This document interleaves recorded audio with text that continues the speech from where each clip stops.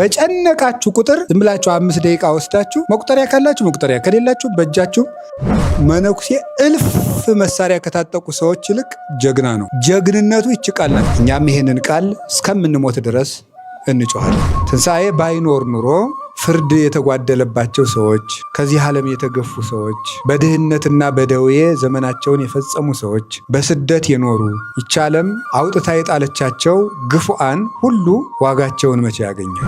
ሃይማኖት ያለ መድኃኔዓለም እጅ አይገለጥም። መጾሙንም እንጹም፣ መስገዱንም እንስገድ፣ መትጋቱንም እንስጋ፣ መጸለዩንም እንጸልይ። ግን መድኃኔዓለም ካልዳሰሰን አንለወጥም። ምንጊዜም የክርስቶስ እጅ ናት ልቡናችን የምታበራው። ስንዴን አንስታ ወደ አምላክ ሥጋ የምትለውጥ ብሩክ እጅ አለችው። ወይንን አንስታ ይዛ ወደ ደም የምትለውጥ የከበረች እጅ አለችው። በጭቃ አይን የምትፈጥር ብሩክ ጣት አለችው። የጌታችን የኢየሱስ ክርስቶስ ትንሣኤ በቃ ሁለንተናችን ኑሯችን በሙሉ ለክርስቶስ ትንሣኤ ተደርጎ የተቀረጸ ነው። እኔና ወንድሞቼ ደቀ መዛሙርት ቃለ እግዚአብሔር የምንማማረው፣ እኔና እናንተ እዚህ ያላችሁት ቃለ እግዚአብሔር የምንማማረው፣ መነኮሳት እናት አባት ጥላችሁ በዚህ ገዳም የተቀመጣችሁት የክርስቶስን ትንሣኤ አምነን። ክርስቶስ ባይነሳ ምንኩስና ምን ያደርጋል? ልፋትም ከሆነ ወታደርም እኮ ይለፋል። ሚስት የለ ምን የለ ዘመድ ተለይቶ ወታደርም ይደክማል። የሂንዱይዝም እምነት ውስጥም በደንብ ኃይለኛ ተመስጦና ምናኔ አለ። ታዲያ የእኛ የሚለየው ምንድን ነው? ፍጹም ከሃዲነትና አማኝ ሰው አንዳንድ ጊዜ የሚነሳበት ጥርጥር የተለያዩ ናቸው። አንዳንድ ጊዜ ሊፈትናችሁ ስለሚችል ተስፋ እንዳትቆርጡ ልማል። የሃይማኖት መምህር አሉ ብሎ አያስተምር፣ ይመስለኛል ብሎ አያስተምር፣ ነው ብሎ ነው የሚያስተምር። አሁን የእኛ ጸሎት ቢደመር ምንድን ነው? አብላኝ፣ አጠጣኝ፣ አልብሰኝ፣ የሆነ ነገር አድርግልኝ። የልጅ ጥያቄ እኮ ነው ይሄ ነው አለማመኔን እርዳው። የእናት ድንግልና ሳይለወጥ መጸነስ፣ የእናት ድንግልና ሳይለወጥ መወለድ፣ ከተወለደ በኋላ የእናቱ ድንግልና ታትሞ መኖር ለፍጡር አይቻልም። ኢየሱስ ክርስቶስ እግዚአብሔር ነው። እንደ ሰውነቱ ቶማስ ዳሰሰው፣ እንደ ጌትነቱ በተዘጋ ቤት ውስጥ ገባ። እኛ ኢየሱስ ክርስቶስን እግዚአብሔር ነው ብለን የምናመልከው አንድን መምህር ወደ አምላክነት አሳድገን አይደለም። እንደ ነቢይ የሚቆጠርን አንድን የተከበረ ነቢይ እኛ ከባክበን ትምህርት አበጅተንለት ወደ እግዚአብሔርነት አሳድገ ነው የሌለውን ነገር እየተናገርንለት አይደለም። ወደ ሰውነት የመጣውን አምላክ ነው እንጂ የምንከተለው። የእግዚአብሔር ልጅ ያልከፈታቸው 3 በሮችን አደንቃል። እንደ ኢየሱስ ክርስቶስ ስም ያለ ጉልበት በምድር ላይ የለም። ምድርና ሰማይን በሙሉ ድል የሚነሳ ኃይል ነው። ነገረ ስራዋ ሁሉ ምስጢርና ስውር የሆነች ቤተክርስቲያን፣ ማንም ሊረዳት ያልቻለ የቻለውን ሁሉ ተናግሮ ይሞታል እንጂ የማይረዳት ጥልቅ የሆነች መዝገበ ምስጢር የሆነች ቤተክርስቲያን እዚች ውስጥ ክርስቶስ አለ። በስመ አብ ወወልድ ወመንፈስ ቅዱስ አሐዱ አምላክ። በስመ አብ ወወልድ ወመንፈስ ቅዱስ አሐዱ አምላክ። በስመ አብ ወወልድ ወመንፈስ ቅዱስ አሐዱ አምላክ። ይትባረክ እግዚአብሔር አምላከ አበዊነ ቅዱሳን ዘሰባህ ምህረቶ በላዕሌነ። ምህረቱን ቸርነቱን ይቅርታውን በሕይወታችን ላይ ያጸናልን የአባቶቻችን ፈጣሪያችን እግዚአብሔር በልቡናችን አስበን በአንደበታችን ተናግረን ስለማንፈጽመው ቸርነቱ በአንድነቱ በሦስትነቱ ስሙ የተመሰገነ ይሁን። የእናታችን የቅድስት ድንግል ማርያም፣ የቅዱሳን መላእክት፣ የቅዱሳን ነቢያት፣ የቅዱሳን ሐዋርያት፣ የቅዱሳን ጻድቃን በረከታቸው ረድኤታቸው ሁሉ ከእኛ ጋር ይሁን። የተከበራችሁ አባቶቻችን ካህናት፣ ወንድሞቻችን ዲያቆናት፣ የጌታችን የመድኃኒታችን የኢየሱስ ክርስቶስን ተስፋ የምትጠባበቁ አባቶቻችን የገዳሙ መነኮሳት፣ እናቶቻችን መነኮሳያት፣ በዚህ ቅዱስ ስፍራ የእግዚአብሔርን ተስፋ ፈልጋችሁ ከሩቅም ከቅርብም የተሰበሰባችሁ የመድኃኒታችን የኢየሱስ ክርስቶስ የድኅነት ቤተሰቦቹ ምእመናት ክርስቶስ ተንሥአ እሙታን አሰሮ ለሰይጣን ሰላም ኮነ። በትንሣኤው ሰላም የሰጠን ጌታ መድኃኔዓለም ኢየሱስ ክርስቶስ ክብር ምስጋና ይግባው። በመካከላችን ተገኝቶ እንዲያስተምረን ቅዱስ ፈቃዱ ይሆንልን። ዛሬ እንደ እግዚአብሔር ቅዱስ ፈቃድ የምንማማርበት የትምህርታችን ኃይለ ቃል ጌታዬ እና አምላኬ በሚል ርዕስ ነው። ጌታዬ አምላኬ በሚል ርዕስ እንማማራለን። የቅዱስ ዮሐንስ ወንጌል ምዕራፍ 20 ቁጥር 28 ላይ የምናገኘው ኃይለ ቃል ነው። በስመ አብ እግዚእየ ወአምላኪየ ወመንፈስ የሚል ነው። ቅዱስ ጌታዬና አሐዱ አምላክ ወይም አሜን። ጌታዬ አምላኬም ተብሎ ይተረጎማል። እንግዲህ በዚህ በትንሣኤው ወራት ትንሣኤውን የመሰከሩልን ብዙ ቅዱሳን አሉ።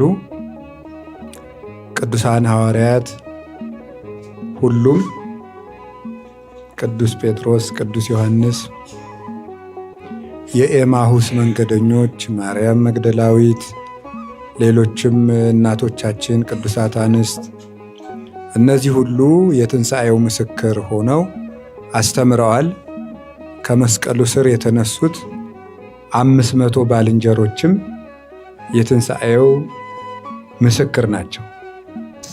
ዛሬ እንደ እግዚአብሔር ቅዱስ ፈቃድ በቅዱስ ቶማስ ሐዋርያ የተነገረውን የጌታችን የመድኃኒታችን ኢየሱስ ክርስቶስን የትንሣኤው ምስክርነት እንማራለን ማለት ነው።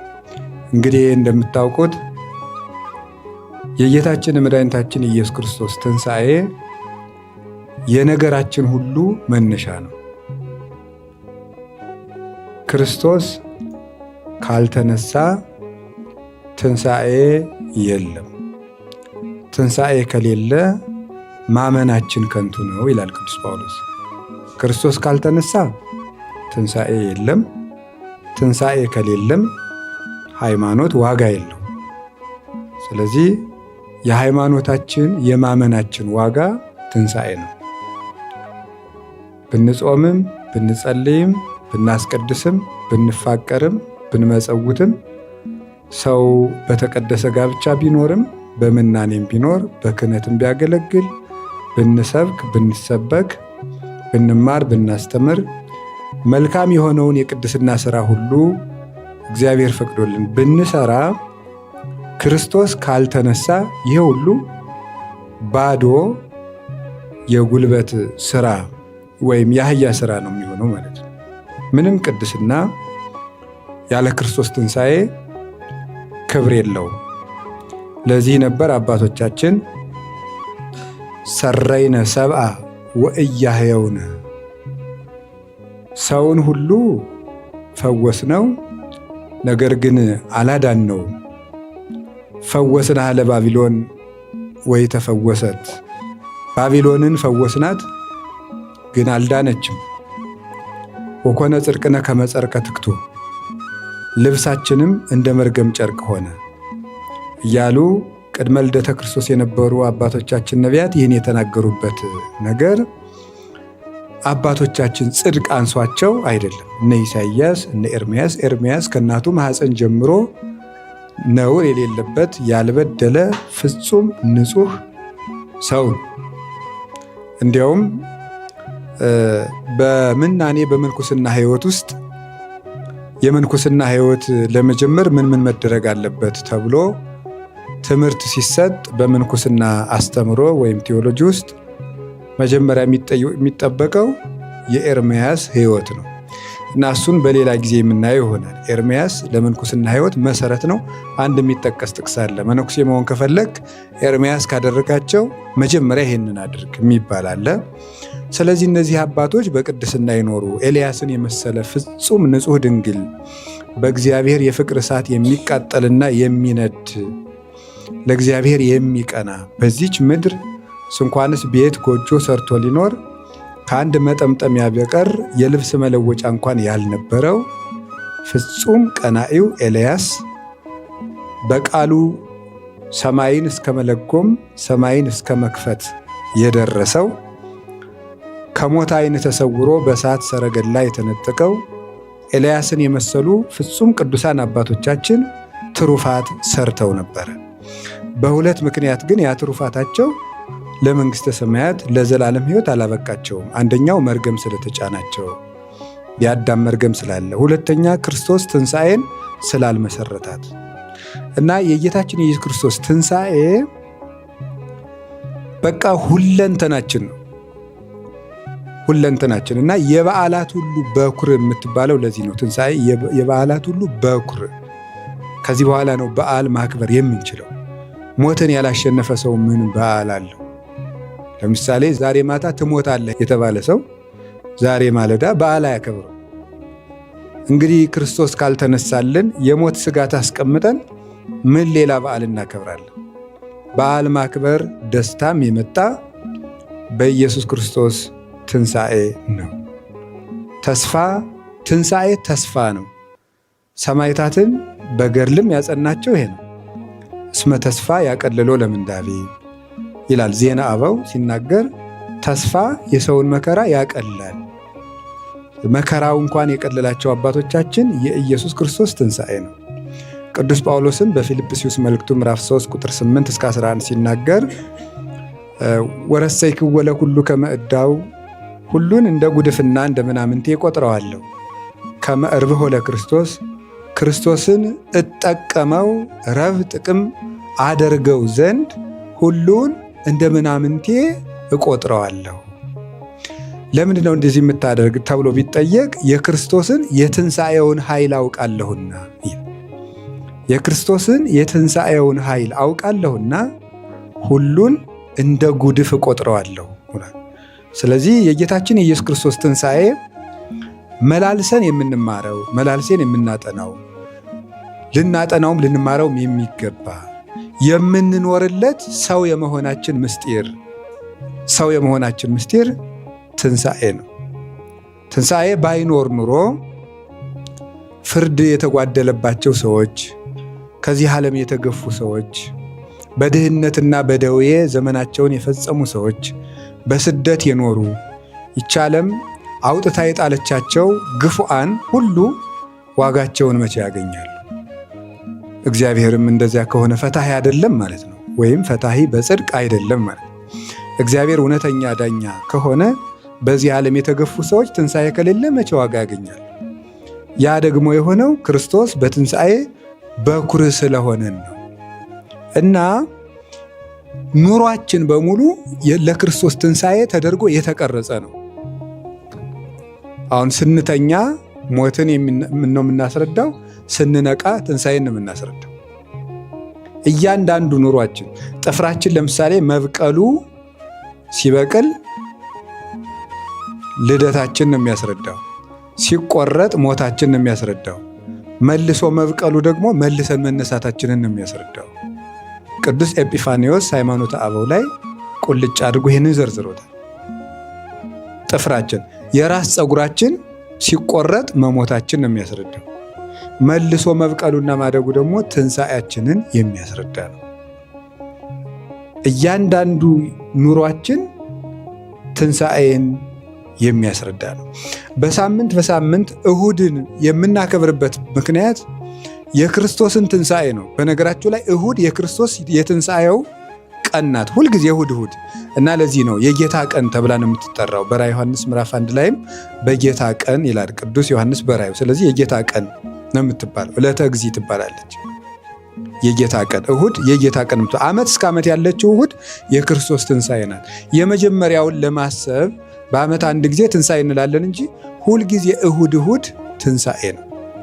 ሁልጊዜ እሁድ ትንሣኤ ነው እና ለዚህ ነው ቅዱስ አትናቴዎስም በቅዳሴው ንዑ ናዕብያ ለበኩረ በዓላት ንኢ ሀቤነ ሰንቤተ ክርስቲያን ቅድስት ለለሰሙኑ፣ ከዕለታት ሁሉ የከበርሽ የክርስቲያኖች ሰንበት እሁድ በየሳምንቱ ቶሎ ነይልን። ይችን የበዓላት በኩር የሆነች ዕለተ ሰንበትን ኑ ከፍ እናድርጋት ይላል። ዕለተ ሰንበትን ያከበራት ምንድን ነው ሲባል የኢየሱስ ክርስቶስ ትንሣኤ። በዮሐንስ ወንጌል ምዕራፍ 20 ቁጥር 1 ላይ ስንናገር ወበእሁድ ሰንበት መጻት ማርያም መግደላዊት ሀበ መቃብር እንዘ አዲሁ ጽልመት ወረከበት እብነ እቱተ ማፈ መቃብር ይላል። በእሁድ በተባለም ሰንበት ይላል በመጀመሪያው ቀን ማርያም መግደላዊት ቀደም ብላ ገና ሌሊት ጨለማ ሳለ ወደ መቃብሩ መጣች ይላል። እሁድ በተባለች ሰንበት። እሁድ እንግዲህ ሰንበት ማለት እረፍት ማለት ነው። እረፍት ማለት ነው። ሰንበት የቃሉ ትርጉም እረፍት ነው። ስለዚህ ለምንድነው እረፍት የተባለ? እንደምታውቁት በብሉይ ኪዳን ጌታ ከመወለዱ አስቀድሞ ቀዳሚት ሰንበት እረፍት ተብላለች። ያቺ ቀዳሚት ሰንበት እረፍት የተባለችው በሁለት መሰረታዊ ምክንያት ነው። የመጀመሪያው በኦሪት ዘጸአት ምዕራፍ 20 ላይ እንደምንመለከተው እግዚአብሔር 6 ቀን ስራ ሰርቶ በሰባተኛው ዕለት ስላረፈባት ሰንበት ተብላለች። እሷ ደግሞ አረቦን ናት። አረቦን ማለት ቀብድ መያዣ ማለት ነው። ስለዚህ ለመንግስተ ሰማያት ለምናገኘው እረፍት በምድር ጌታ እረፍት ሰጠን። ሰዱሰ መዋዕለ ትገብር ተግባረከ ወሳቤትሰ ዕለቱ ይእቲ ለእግዚአብሔር አምላክከ። 6 ቀን ስራህን ትሰራለህ፣ ሰባተኛይቱ ቀን ግን ለፈጣሪህ ለእግዚአብሔር ሰንበት ናት ይላል። ስለዚህ እግዚአብሔር ለምን ነው እንደዚህ ያተደረገ ሲባል እግዚአብሔር 6 ቀን ሰራ፣ ሰባተኛይቱን ቀን አረፈባት። ከኔ ጋር እረፉ ለማለት ነው። ምንጊዜም የሰው ልጅ እረፍቱ ከእግዚአብሔር ጋር ነው። እግዚአብሔር የሌለበት እረፍት የለም። ከኔ ጋር እረፉ፣ እረፍታችሁ ከኔ ጋር ነው። ስትሰሩም ከኔ ጋር ስሩ አለ። 6 ቀን ስሩ አለ። ጌታም የሰራ 6 ቀን ነው። ስለዚህ ስትሰሩም ከኔ ጋር ስሩ፣ ስታርፉም ከኔ ጋር እረፉ። ከክርስቶስ ጋር የሰራ ከክርስቶስ ጋር ያልፋል። ከእግዚአብሔር ጋር የሰራ ከእግዚአብሔር ጋር ያርፋል። ሁለተኛው ቀዳሚት ሰንበት እረፍት ተደርጋ የተሰጠችበት መሰረታዊ ምክንያት ምንድን ነው? አይሁድ በግብፅ ሳሉ የሚሰሩት ያለ እረፍት ነበር። ያለ እረፍት ጭቃ ያቦካሉ፣ ጡብ ይረግጣሉ። እንዲያውም ወደ መጨረሻው አካባቢ መከራው ሲጸናባቸው ተመልከቱ። ምንድን ነበረ? በፊት ጭቃ ቀባይ ሌላ ነው፣ ሳርና ጭድ የሚያቀብል ደግሞ ሌላ ነው፣ የሚረግጡት ደግሞ ሌላ ናቸው። በኋላ ግን መቼም እንደ ሰው ያለ ክፉም የለም፣ እንደ ሰው ያለ መልካምም የለም። ሲከፋባቸው ምን አደረገ ፈርዖን? በፊት ሌላ ሰው ሳርና ጭድ አቅርቦላችሁ እናንተ ጭቃ ታቦኩ ነበር። አሁን ግን ራሳችሁ ጭድና ሳር ፈልጋችሁ ራሳችሁ ረግጣችሁ፣ ነገር ግን የምትሰሩት ህንፃ ወይም ግንብ ወይም ፒራሚድ በፊት ሰው ጭድና ሳር እያቀበላችሁ ከምትሰሩት እንዳያንስ ተጠንቀቁ ተባሉ። እንዴት ያለ አስቸጋሪ እንደሆነ ተመልከቱ ማለት ነው። እንግዲህ ሰው እያቀበላችሁ የምትሰሩትን አሁን ደግሞ ብቻችሁን ያን ባትሰሩ ትሞታላችሁ ተባሉ። አሁን እግዚአብሔር ያን የሚሰሩት 7 ቀን ነው። እግዚአብሔር ግን ቸር ስለሆነ ወገኖቹ እስራኤልን ምን አደረጋቸው? እኔ የእረፍታችሁ ጌታ ነኝ ለማለት ከግብፅ አውጥቶ ቀዳሚትን እረፍት ሰጣቸው። ፈርዖን የዲያብሎስ ምሳሌ፣ ዲያብሎስ እረፍት ይነሳናል፣ እግዚአብሔር ግን ምንድነው? እረፍት ይሰጠናል። ስለዚህ ምንድነው ያለ? ሀለወክሙ በዓለም ሕማመ ትርከቡ፣ በዓለም መከራ ትቀበሉ ዘንድ አላችሁ፣ ወበኀቤሰ ሰላም ትርከቡ፣ በእኔ ዘንድ ደግሞ ሰላም ታገኙ ዘንድ አላችሁ ብሎ ዮሐንስ ወንጌል ምዕራፍ 16 ላይ እንደነገረን ያ ፈርዖን እረፍት የነሳቸው ፈርዖን ዲያብሎስ ነው። እረፍት የሰጣቸው ሙሴ ደግሞ የኢየሱስ ክርስቶስ ምሳሌ ነው። አሁን ልብ በሉ። ስለዚህ ቀዳሚት ሰንበት በብሉይ ኪዳን በሁለት ምክንያት ሰንበት ተባለች። የመጀመሪያው እግዚአብሔር ስራውን ሰርቶ ስላረፈባት፣ ሁለተኛው እግዚአብሔር በባርነት ለነበሩ ወገኖቹ የእረፍት ቀን ስላደረገ። በሐዲስ ኪዳን ደግሞ እሁድ በሁለት ምክንያት ሰንበት ተባለች እንዲሁ። በምንና በምን? የመጀመሪያው የዓለማት ፈጣሪ ኢየሱስ ክርስቶስ ዓለምን እንደገና በደሙ ፈጥሮ ያረፈው እሁድ ነው። እንደገና ፈጥሮ። ስለዚህ ቅዱስ ጳውሎስ ሁለተኛ ቆሮንቶስ ምዕራፍ 5 ቁጥር 18 እስከ 20 ባለው ሲናገር እነሆ በክርስቶስ ሁሉ አዲስ ፍጥረት ነው ይላል። በክርስቶስ አሁን አዲስ ፍጥረት ነው። ስለዚህ እስመ ውእቱ ፈጠረነ የሚለውን የውዳሴ ማርያሙን ሊቃውንት አባቶቻችን ሲተረጉም እሱ በአዲስ ተፈጥሮ በጥንተ ተፈጥሮ ፈጥሮናልና ይላሉ። ስለዚህ እግዚአብሔር ዓለምን 2 ጊዜ ነው የፈጠረው። የመጀመሪያው ጥንተ ተፈጥሮ ይባላል፣ ባሪያው በአምሳሉ የፈጠረን። ሁለተኛ እንደገና በጌታችን በኢየሱስ ክርስቶስ ደም አድሶ እንደገና የፈጠረ እንደገና የሰራንን። ስለዚህ ቀድሞ ዓለምን በጥንተ ተፈጥሮ ፈጥሮ ያረፈባት ቀዳሚት ሰንበት ተባለች። ሁለተኛ ደግሞ ዓለምን እንደገና በደሙ ፈጥሮ ያረፈባት እሁድ ሰንበት ተባለች። የመጀመሪያይቱን ቀዳሚት ከግብፅ ለወጡ ወገኖቹ እረፍት ሰጥቶባታል። የኋለኛይቱን እሁድ ደግሞ ከዲያብሎስ ላላቀቀን ለክርስቲያኖች እረፍት አድርጎ ሰጥቶናል። ስለዚህ ሰራ ለነ ሰንበተ ለእረፍተ ዚአነ ያለ ቅዱስ ያሬድ ለዚህ ነው። ለእኛ እረፍት ሰንበትን ሰራለን፣ ዕለተ ቀዳሚትንም ዕለተ እሁድንም ለእኛ ማረፊያ አድርጎ ሰጥቶናል ማለት ነው። እና ይሄ ሁሉ እረፍት የተገኘው በማን ነው? በኢየሱስ ክርስቶስ በመድኃኔዓለም ትንሣኤ ነው። የክርስቶስ ትንሣኤ እረፍታችን ነው፣ እረፍታችን ነው። እና በዚህ ዓለም ላይ ብዙ እረፍት የሚነሱ ነገሮች አሉ። እንደምታውቁት አጋንንት እረፍት ይነሱናል። ሰዎችም እረፍት ሊነሱን ይችላሉ። ምክንያቱም በሰዎችም አይፈረድባቸውም። ለምንድነው የማንፈርድባቸው? ሰዎች የራሳቸው ስሜት አላቸው፣ የራሳቸው እውቀት አላቸው፣ የራሳቸው አመለካከት አላቸው፣ የራሳቸው አስተዳደግ አላቸው፣ የራሳቸው አመጣጥ አላቸው፣ የራሳቸው እቅድ አላቸው፣ የራሳቸው ድካም አለባቸው፣ የራሳቸው አለመረዳት አለባቸው፣ የራሳቸው የመንፈሳዊነት ብስለት ማነስ አለባቸው። ከዚህ የተነሳ ሰዎችም እረፍት ሊነሱን ይችላሉ። አጋንንት እረፍት ይረሱናል። የራሳችን ስህተት እረፍት ይነሳናል። ረሲ ይጎይ እንዘ አልቦ ዘይዴግም ነው ብሏል ሰሎሞን። ኃጢአተኛ ሰው ማንም ሳያሳድደው በራሱ ይሸሻል ይላል። አንዳንድ ጊዜ የሰራናቸውን ኃጢአቶች ሰው ያወቀብን እየመሰለን እንደነግጣለን እና ያንን የሚያመጣብን ራሳችን ነው። ስለዚህ ይህ ዓለም ምንድነው? አንድ የቤተ ክርስቲያን አባት ወይም መናኝ ባይታዊ ነው። በዜና አበው ተጽፏልላችሁ ስትመለከቱ ታገኙታላችሁ። እና ውሃ ከጉድጓድ ቀርቶ ያመጣና ውሃውን ደፍቶ መልሶ ውሃ ሊቀዳ ይሄዳል። ያመጣና ይደፋዋል፣ መልሶ ሊያመጣ ይችላል።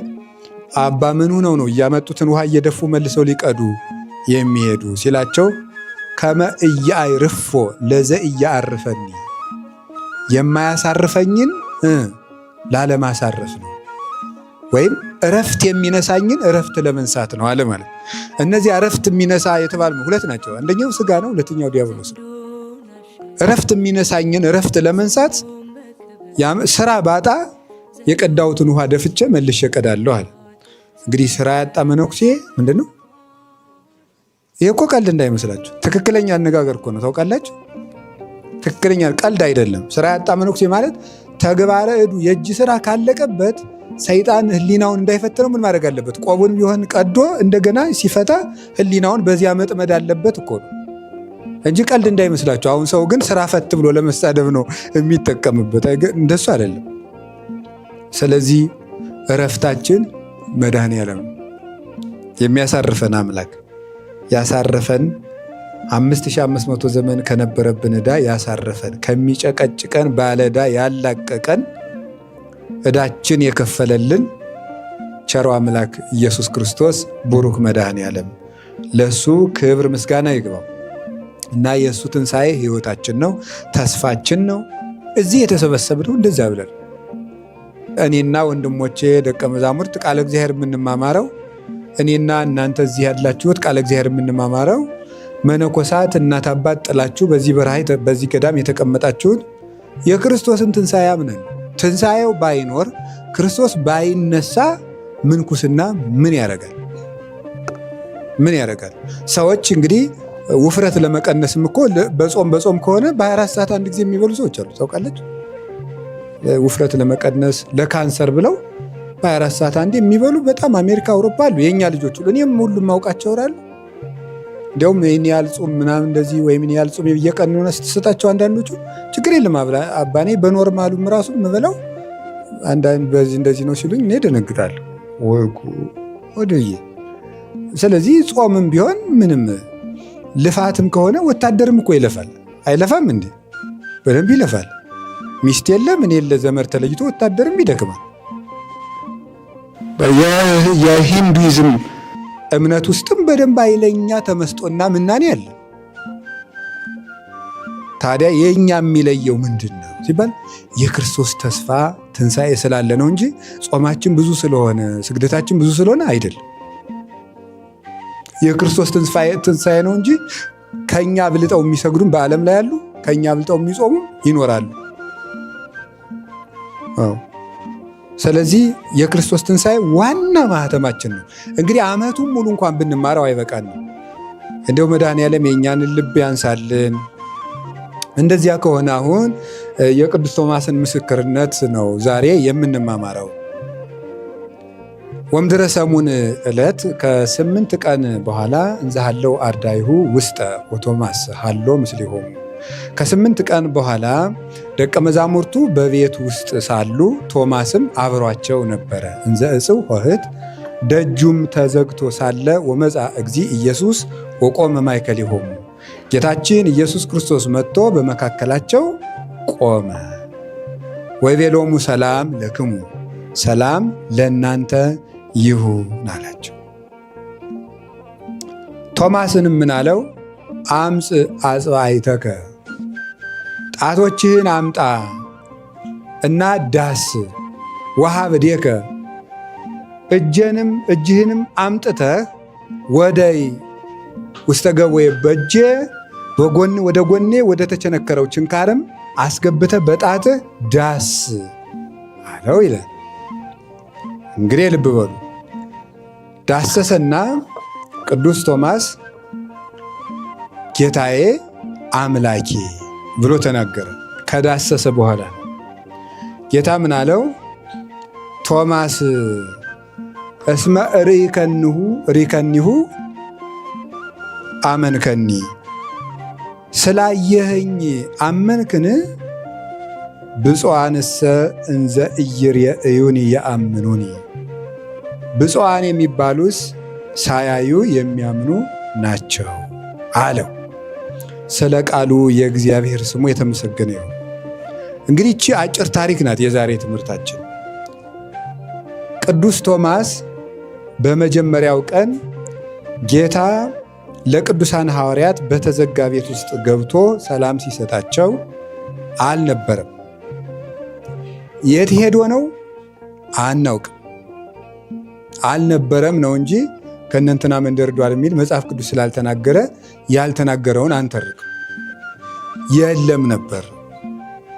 ብዙ ሊቃውንት ብዙ ሐሳብ ይሰጣሉ። ዞሮ ዞሮ ግን ፍርሃት ነው መልሱ። የክርስቶስ ደቀ መዝሙር ስለሆነ በዚያ ጊዜ አንዱም አይሁድን ፈርቶ በየሰርቻው ስለሚሸሸግ በአንዱ ጉራንጉር ተሸሽጎ ይሆናል ነው እንግዲህ። በዚያ ተሸሽጎ አልነበረም። በኋላ በተዘጋ ቤት ውስጥ ጌታ ለቅዱሳን ሐዋርያት የትንሣኤ ዕለት ገብቶ ሰላም ሰጣቸው። እፍ ብሎ መንፈስ ቅዱስን አደላቸው። የዚያ ጊዜ ቶማስ አልነበረም። ቅዱስ ቄርሎስ አንድ ጥያቄ ይጠይቃል። ቶማስ መንፈስ ቅዱስን ተቀብሏል አልተቀበለም? ማለት ለሐዋርያት መንፈስ ቅዱስ ሲወርድ በኋላ በበዓለ ሃምሳ ነበር። ግን ጌታ የትንሣኤ ዕለት እፍ ብሎ የሰጣቸው መንፈስ ቅዱስን ተቀበሉ፣ ንስኡ መንፈሰ ቅዱሰ ብሎ እፍ ብሎባቸዋል። ያቺ አመለጠችው አይደለ? ያቺ ካመለጠችው እንዴት ከሐዋርያትስ እኩል ሐዋርያ ሊሆን ይችላል ብሎ ቅዱስ ቄርሎስ ይጠይቅና የለም አልቀረበትም። ምክንያቱ ክርስቶስ በሐዋርያነት የመረጠውን ቢኖርም ባይኖርም ጸጋውን አይከለክለውምና ፈርቶ እንጂ ልቡ ቅንና በሃይማኖቱ የጸና እንደሆነ እግዚአብሔር ያውቀዋል ልቡን።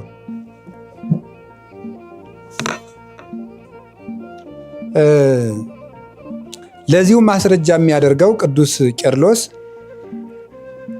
ሙሴን እግዚአብሔር ከእስራኤል ወገን 70 ሰዎችን ምረጥና በእነሱ ላይ መንፈስ አሳድርባቸዋለሁ፣ እነሱም እስራኤልን ስታስተዳድር በመሪነት ያግዙሃል ብሎት ነበር። እግዚአብሔር ሙሴን በብሉይ ኪዳን 70 ሰዎችን ምረጥና ከ12ቱ ነገደ እስራኤል ማለት ነው፣ እነሱን መንፈስ ቅዱስን አሳድርባቸዋለሁ፣ አንተንም በአስተዳደር ያግዙሃል አለው። ሙሴ ሲመርጥ 72 መጡበት ሰዎቹ። አይ እናንተ ትርፍ ናችሁ ብሎ 2ቱን ትቷቸው ሄደ ታች። በኋላ እግዚአብሔር 70ዎቹን ሰዎች ይዞ ሙሴ ወደ እግዚአብሔር ሲቀርብ ለሰባዎቹ ሰዎች ጸጋን ሲያሳድርባቸው እታች ያሉት ተርፈው የቀሩት ሁለቱ ከሰባው ጋር ስለተመረጡ ብቻ ምን አደረባቸው? የመንፈስ ቅዱስ ጸጋ አደረባቸው ይላል። እላይ ያሉት ብቻ ነው የተጠሩት። ግን እነሱ ድንገት ተቆጥረው ስለነበረ ቁጥራቸው ከሰባው ጋር ስለነበረ የሰባውን ጸጋ ታች ነው አገኙ። እንዲያውም አንድ ብላቴና ሄዶ አንድም ኢያሱ ነው ይላሉ፣ አንድም ያልታወቀ ብላቴና ይላሉ ሊቃውንት። ኢያሱ ነው ግን አረ እነዚህ ታች የተውካቸው ሰዎች ትንቢት እየተናገሩ ነው አለው ሄዶ ለሙሴ። እንዴ ለአእላፈ እስራኤል ሁሉ ማን ጸጋ በሰጠልኝና ትንቢት በተናገሩ? እግዚአብሔር ጸጋ ቢያድላቸውና ቢናገሩ እኔ ምን ቤት ነኝ አለ ሙሴ። ቅዱስ ቄርሎስ ይህን ይጠቅስና ጸጋ ባልተሰጠበት በብሉይ ኪዳን ዘመን ከታች በኤልዳድና በሙልዳድ ለነበሩት ለሁለቱ ጸጋውን ካሳደረባቸው በሐዲስ ኪዳንማ ለሐዋርያነት የመረጠውን ቶማስን በቦታ የለም ብሎ እንደምን ከጸጋው ይለየዋል ብሎ ይመሰክራል። ስለዚህ ለቅዱስ ቶማስ የመንፈስ ቅዱስ ጸጋ አልቀረበትም። ማረጋገጫው ደግሞ ዛሬ ተፈጽሞለታል ማለት ነው። እንግዲህ ቶማስ ምን ሲያረግ ሰንብቷል? ክርስቶስ ተነስቷል ሲሉት እኔ የምትሉትን ነገር አላምን፣ በጣቴ የእጁን ችንካር ካልዳሰስኩ፣ ወደ ተቸነከረው ጎኑ እጄን ካላስገባሁ የምትሉትን ነገር አላምንም። ቅዱሳን ሐዋርያት ላይ ክርክር አስነሳ። እንደ ቅዱስ ጎርጎርዮስ ዘንዚናዙ አተረጓጎም ደግሞ ይህ በእግዚአብሔር ዕቅድ የተከናወነ ነበር ይላል። ቅዱስ ጎርጎርዮስ ዘንዚናዙ በእግዚአብሔር ዕቅድ የተከናወነ ነው ማለት ምን ማለት ነው? ቶማስ እንደዚያ ብሎ እንዲጠራጠር ወይም በዕለተ እሑድም እንዳይኖር መደረጉ የቶማስ መጠራጠር በሁለተኛው እሑድ ታርሞ የክርስቶስ ትንሣኤ ለክርስቲያኖች በደንብ እንዲገለጥ ነው። ያ ማለት ግን አንድ ነገር እርግጠኛው ነው። እንግዲያውስ እግዚአብሔር አንድን ሰው ለማሳመን ሌላ ሰው እንዲጠራጠር ያደርጋል? አያደርግም። እንደዚያ እስከሆነ ቶማስን ለምን ትጠራጠራለህ? ለምን ብሎ ይወቅሰዋል። የቶማስ አለማመን ለክርስቶስ የትንሣኤ መገለጥ ከረባ ከጠቀመ፣ ለእኛም ልብ ከረዳን ቶማስ አለማመኑ ስለምን ይወቃስ ያስወቅሰዋል ብለን መጠየቅ እንችላለን። ለዚህ መልስ አለው። ስለዚህ እግዚአብሔር ቶማስ የመጀመሪያው እሑድ ያልነበረበት ምክንያት የእግዚአብሔር ዕቅድ ነው ካልን፣ እግዚአብሔር ታዲያ ቶማስን እንዳይኖር ያደረገው እግዚአብሔር ነው። ከዚያ ደግሞ በኋላ እንደዚያ ከሆነ የቶማስ መጠራጠር ለእኛም ጠቅሞናል፣ ክርስቶስን በደንብ እንድናውቀው አድርጎናል ካልን ቶማስ እንኳንም ተጠራጠረ ልንል ነው? የለም እንደዚያ የሚባል ትምህርት የለም። እና እንግዳ ምን ማለት ነው? እግዚአብሔር የሰዎችን ስህተት ለሌላ ድህነት መሰረት ያደርገዋል። ሐሳቤን ገብታችኋል? ያ ማለት እግዚአብሔር ክፉን ወደ በጎ የሚለውጥ አምላክ ነው። ክፉን ወደ በጎ የሚለውጥ አምላክ ነው።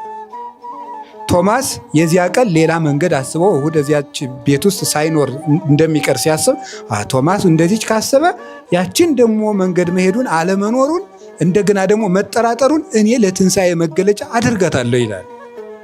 ለምሳሌ ሮሜ ምዕራፍ 11 ላይ ስትመለከቱ የአይሁድ ስህተታቸው ለዓለም ድህነት ሆነ ይላል ቅዱስ ጳውሎስ። አሁን የአይሁድ ስህተታቸው ለዓለም ድህነት ሆነ ማለት አይሁድ ተሳስተው ክርስቶስን ሲሰቅሉት እኛ ዳንን። እንደዚያ ከሆነ አይሁድ ባለውለታችን ናቸው ማለት ነው። ስለዚህ እንደዚያ ከሆነ ደግሞ ሊፈርድባቸው አይገባም። ምክንያቱም እሱ ሲሰቀል ዓለምን ካዳነ እነሱ ስለሰቀሉት አልተሳሳቱም፣ ዓለምን እንዲያድና ያደረጉትና እንዲህ የሚባል ነገር የለም። እንግዲያው ምንድን ነው ሲባል እግዚአብሔር የሰዎችን ስህተት ወደ ምን ይለውጣል ነው? ንገሩኝ እንጂ ወደ በጎ ይለውጣል። የሰዎችን ስህተት ወደ በጎ የሚለውጥ አምላክ። የቶማስን አለመኖር ክርስቶስ የትንሣኤው ብርሃን በቤተ ክርስቲያን ውስጥ እንደ ፀሐይ እንዲበራ መገለጫ አደረገው። መጠራጠሩን ጭምር ቶማስ ተጠራጠረ።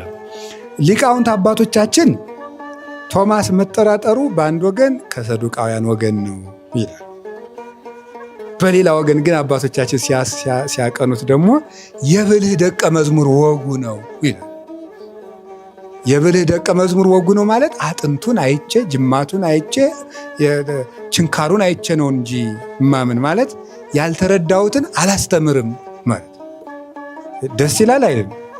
አዎ አዳ የኛ ሊቃውንት ሲተረጉሙት እውነቱን ነው ይላሉ። የኛ ሊቃውንት አንድምታው ላይ ቶማስን ያለ ሐዋርያ ሰማው ብሎ ሊያስተምር ነው እንዴ? አየው ብሎ ነው እንጂ ማስተማር ያለበት እውነቱን ነው። ያላየውን እውነት ነይነሰ በዘሰማይነ ወበዘርእይነ ሰማይ ተንከውን አይደል ያለ ጌታ ራሱ ዮሐንስ ወንጌል ምዕራፍ 3 ላይ እኛስ የሰማነውን እንናገራለን ያየነውን እንመሰክራለን ብሎ ነው የተናገረ። የዮሐንስ ወንጌላዊም በመልእክቱ ሲናገር ናይዳክሙ በይንተ ነገረ ሕይወት ዘሰማይናሁ ወዘርእይናሁ ወዘገሰስናሁ በእደዊነ በጆሮአችን የሰማነውን በዓይናችን ያየነውን በእጆቻችን የዳሰስነውን የሕይወትን ቃል እንነግራችኋለን ይላል። ስለዚህ ያዩትን የሰሙትን የዳሰሱትን ዓይኔን ግንባር ያርገው ብለው እንዲመሰክሩለት የተረዳ እውነት ነው የምንነግራችሁ። የስሚ የወሬ ሰምተን አይደለም። የጌትነቱን ብርሃን በደብረ ታቦር አይተን የመግቦቱን ምልአት ስፋት በ5 እንጀራ በ2 ዓሣ 5,000 ሕዝብ ሲያጠግብ አይተን የጌትነቱን ርቀት በባህር ላይ ሲራመድ አይተን በደረቅ ግንባር ላይ ዓይን ሲፈጥር አይተን ያየነውን እውነት ነው እንጂ የምናስተምራችሁ የወሬ ሃይማኖት አይደለም ብሎ ዮሐንስ ወንጌላዊ እንደነገረን ቶማስም ሰምቼ ነው የማስተምር ተረድቼ ነው የማስተምር ማለቱ ነው እና የሃይማኖት መምህር አሉ ብሎ ያስተምር ነው ብሎ ነው የሚያስተምር። ይመስለኛል ብሎ ያስተምር ነው ብሎ ነው የሚያስተምር ማለት የተረዳውን እውነት ነው። እና ማር ይስሐቅም ይላል ያላወቅኸውን ነገር ወጥተህ አታስተምር ይላል መጽሐፈ መነኮሳት ላይ አለ። ያላወቅኸውን ነገር ወጥተህ አታስተምር፣ ያልተረዳኸውን ነገር የተረዳነውን እውነት የቆምንበትን ጽድቅ ነው የምንናገረው። እግዚአብሔር በነቢያት በሐዋርያት መሰረት ላይ ያቆመውን እውነት ገልጠን እንናገራለን። ነቅ ንጹሕ ዘማንቅዕተ ሕግ ንጹሐን ዝውእቱ ዜና ግብሮሙ ለሐዋርያት ይላል። ቄሱ ግብረ ሐዋርያት ሊያነብ ሲወጣ ከመቅደስ ነቅ ንጹሕ ዘማንቅዕተ ሕግ ንጹሐን ሕግን ከሚሰሩ በጎ ምንጭ ከሆኑ የሕግ መገኛ ከሆኑ ዘማንቅዕት ንጹሐን ከሆኑ አባቶቻችን የተገኘ ጥሩ ምንጭ ላነብላችሁ ነው ብሎ ይወጣል። ቄሱ ንፍቁ ቄስ ግብረ ሐዋርያት ሊያነብ ሲወጣ ያ ምንጭ ሲያያዝ በሐዋርያዊ ቅብብሎች እየፈሰሰ መጥቶ ነው ዛሬ የምንማረው እንጂ አንድ ሰው የመሰለውን ፈራሽ በስባሽ የሆነ ልቦለድ አምጥቶ የእግዚአብሔርን ቃል ወደ ራሱ ሐሳብ ጠምዝዞ በይመስለኛል የእግዚአብሔርን ቃል ማስተማር አይቻልም። እንደ ቶማስ አይቶ ነው እንጂ ቢሆን በቅቶ አይቶ ነው እንጂ እንደማለት ነው። እዚህ ላይ ምንድነው የከተማ ሰው ምንድነው የሚለው ወራጅ አለ ይላል። በቅቶ ነው እንጂ እንደ ቅዱስ ቄርሎስ እንደ ቶማስ በቅቶ ክርስቶስን አየሁት፣ ዳሰስኩት፣ ቀመስኩት ብሎ ያስተምሯል እንጂ እንዲያው ሁልጊዜ አሉ ማለት እንደማለት ነው። እኛንም እግዚአብሔር እንግዲህ ለክብሩ በቸርነቱ ያብቃል። አየሁት ብለን ለመናገር እኮ ነው። አየሁት፣ ሰማሁ፣ ክርስቶስን አውቀዋለሁ። በነገራችሁ ላይ ምን መሰላችሁ? ሳይበቁ ማስተማርና በቅቶ ማስተማር ወጥን በልቶ እንደ መጥገብና እንደ ማሽተት ያለ ልዩነት ሳይሆን አይቀርም ነው እዚህ ላይ። ምክንያቱም መጠኑን ለማወቅ እኔ መብቃት አለብኝ። ስላልበቃው መጠኑ ምን ያህል እንደሆነ ማወቅ አልችልም።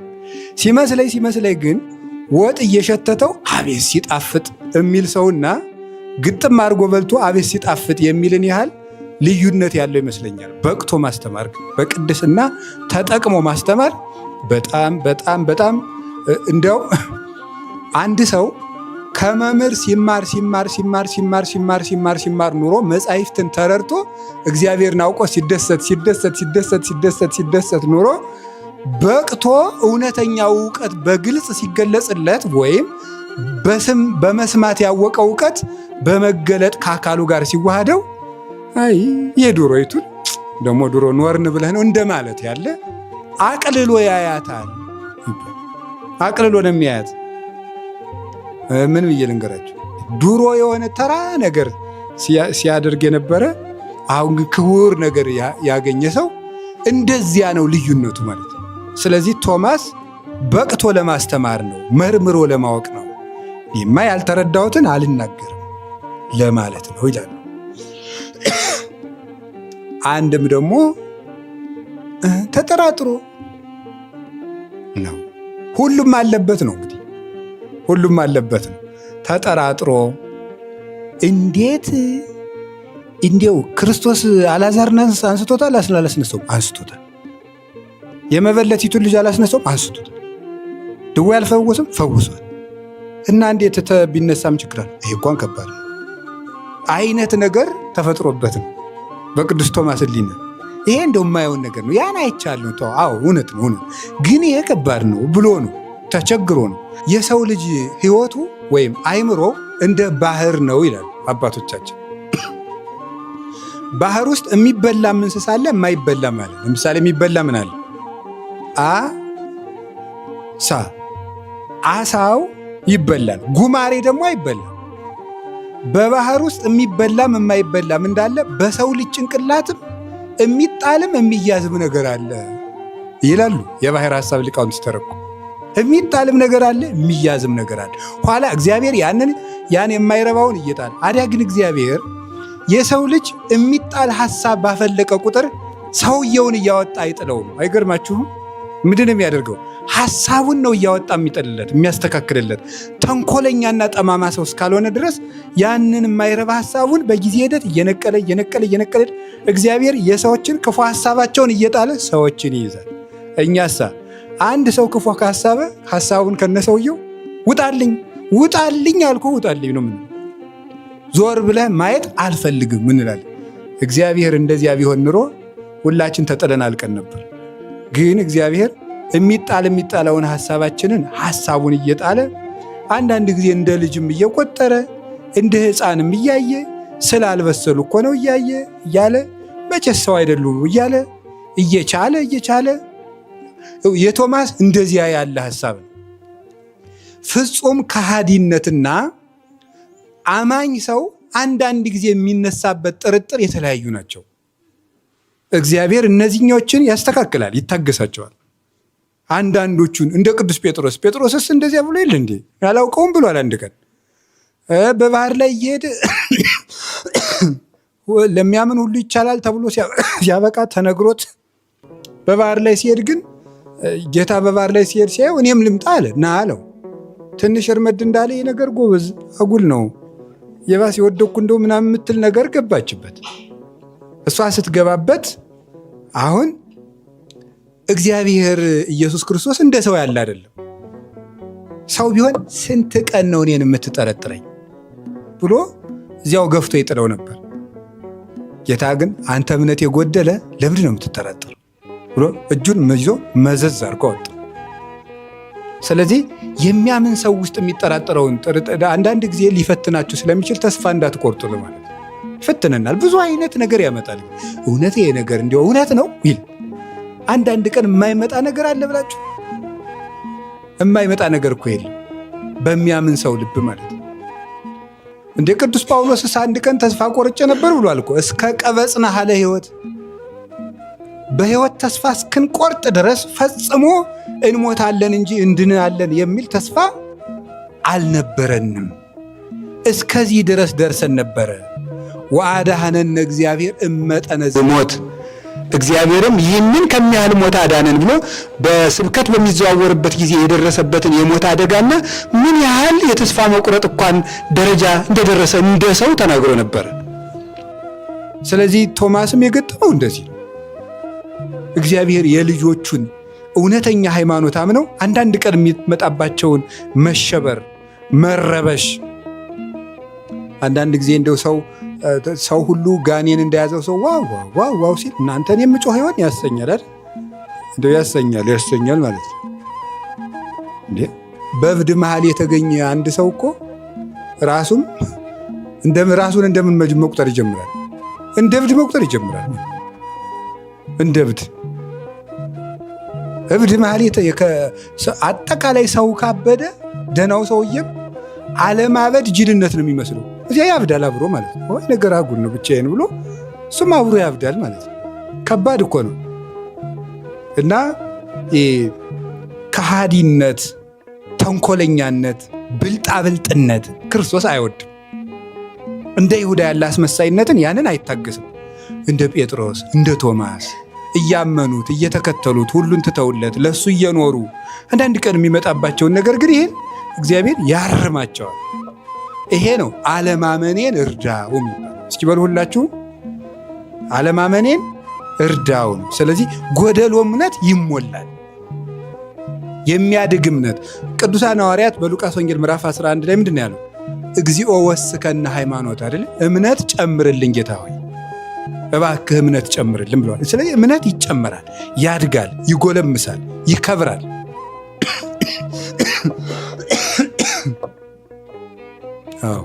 ሕፃናት አሁን ልጅ ሳሉ አባታቸውን ምን አድርገው ይስሉት ይሆን? የሆነ ጥጃ አድርገው ይስሉት ይሆን? አንድ ባወቅ ነው እንዴ ማለት አሁን ሕፃናት እያሉ አባታቸው ምንድን ነው የሚመስል? ዛፍ ነው የሚመስላቸው? ምንድን ነው የሚመስላቸው? እንዲሁ አሁን አናውቀው። ቀስ አሁን ሌላው ቀርቶ ልጅ አሁን እኛ ራሱ በ7 ዓመታችን አባታችን የምናስብበት 20 ዓመት ሲሞላት አባታችን የምናስብበት 30 ዓመት ሲሞላን አባታችን የምናስብበት 40 ዓመት ሲሞላን አባታችን የምናስብበት አንድ ነው አይደል?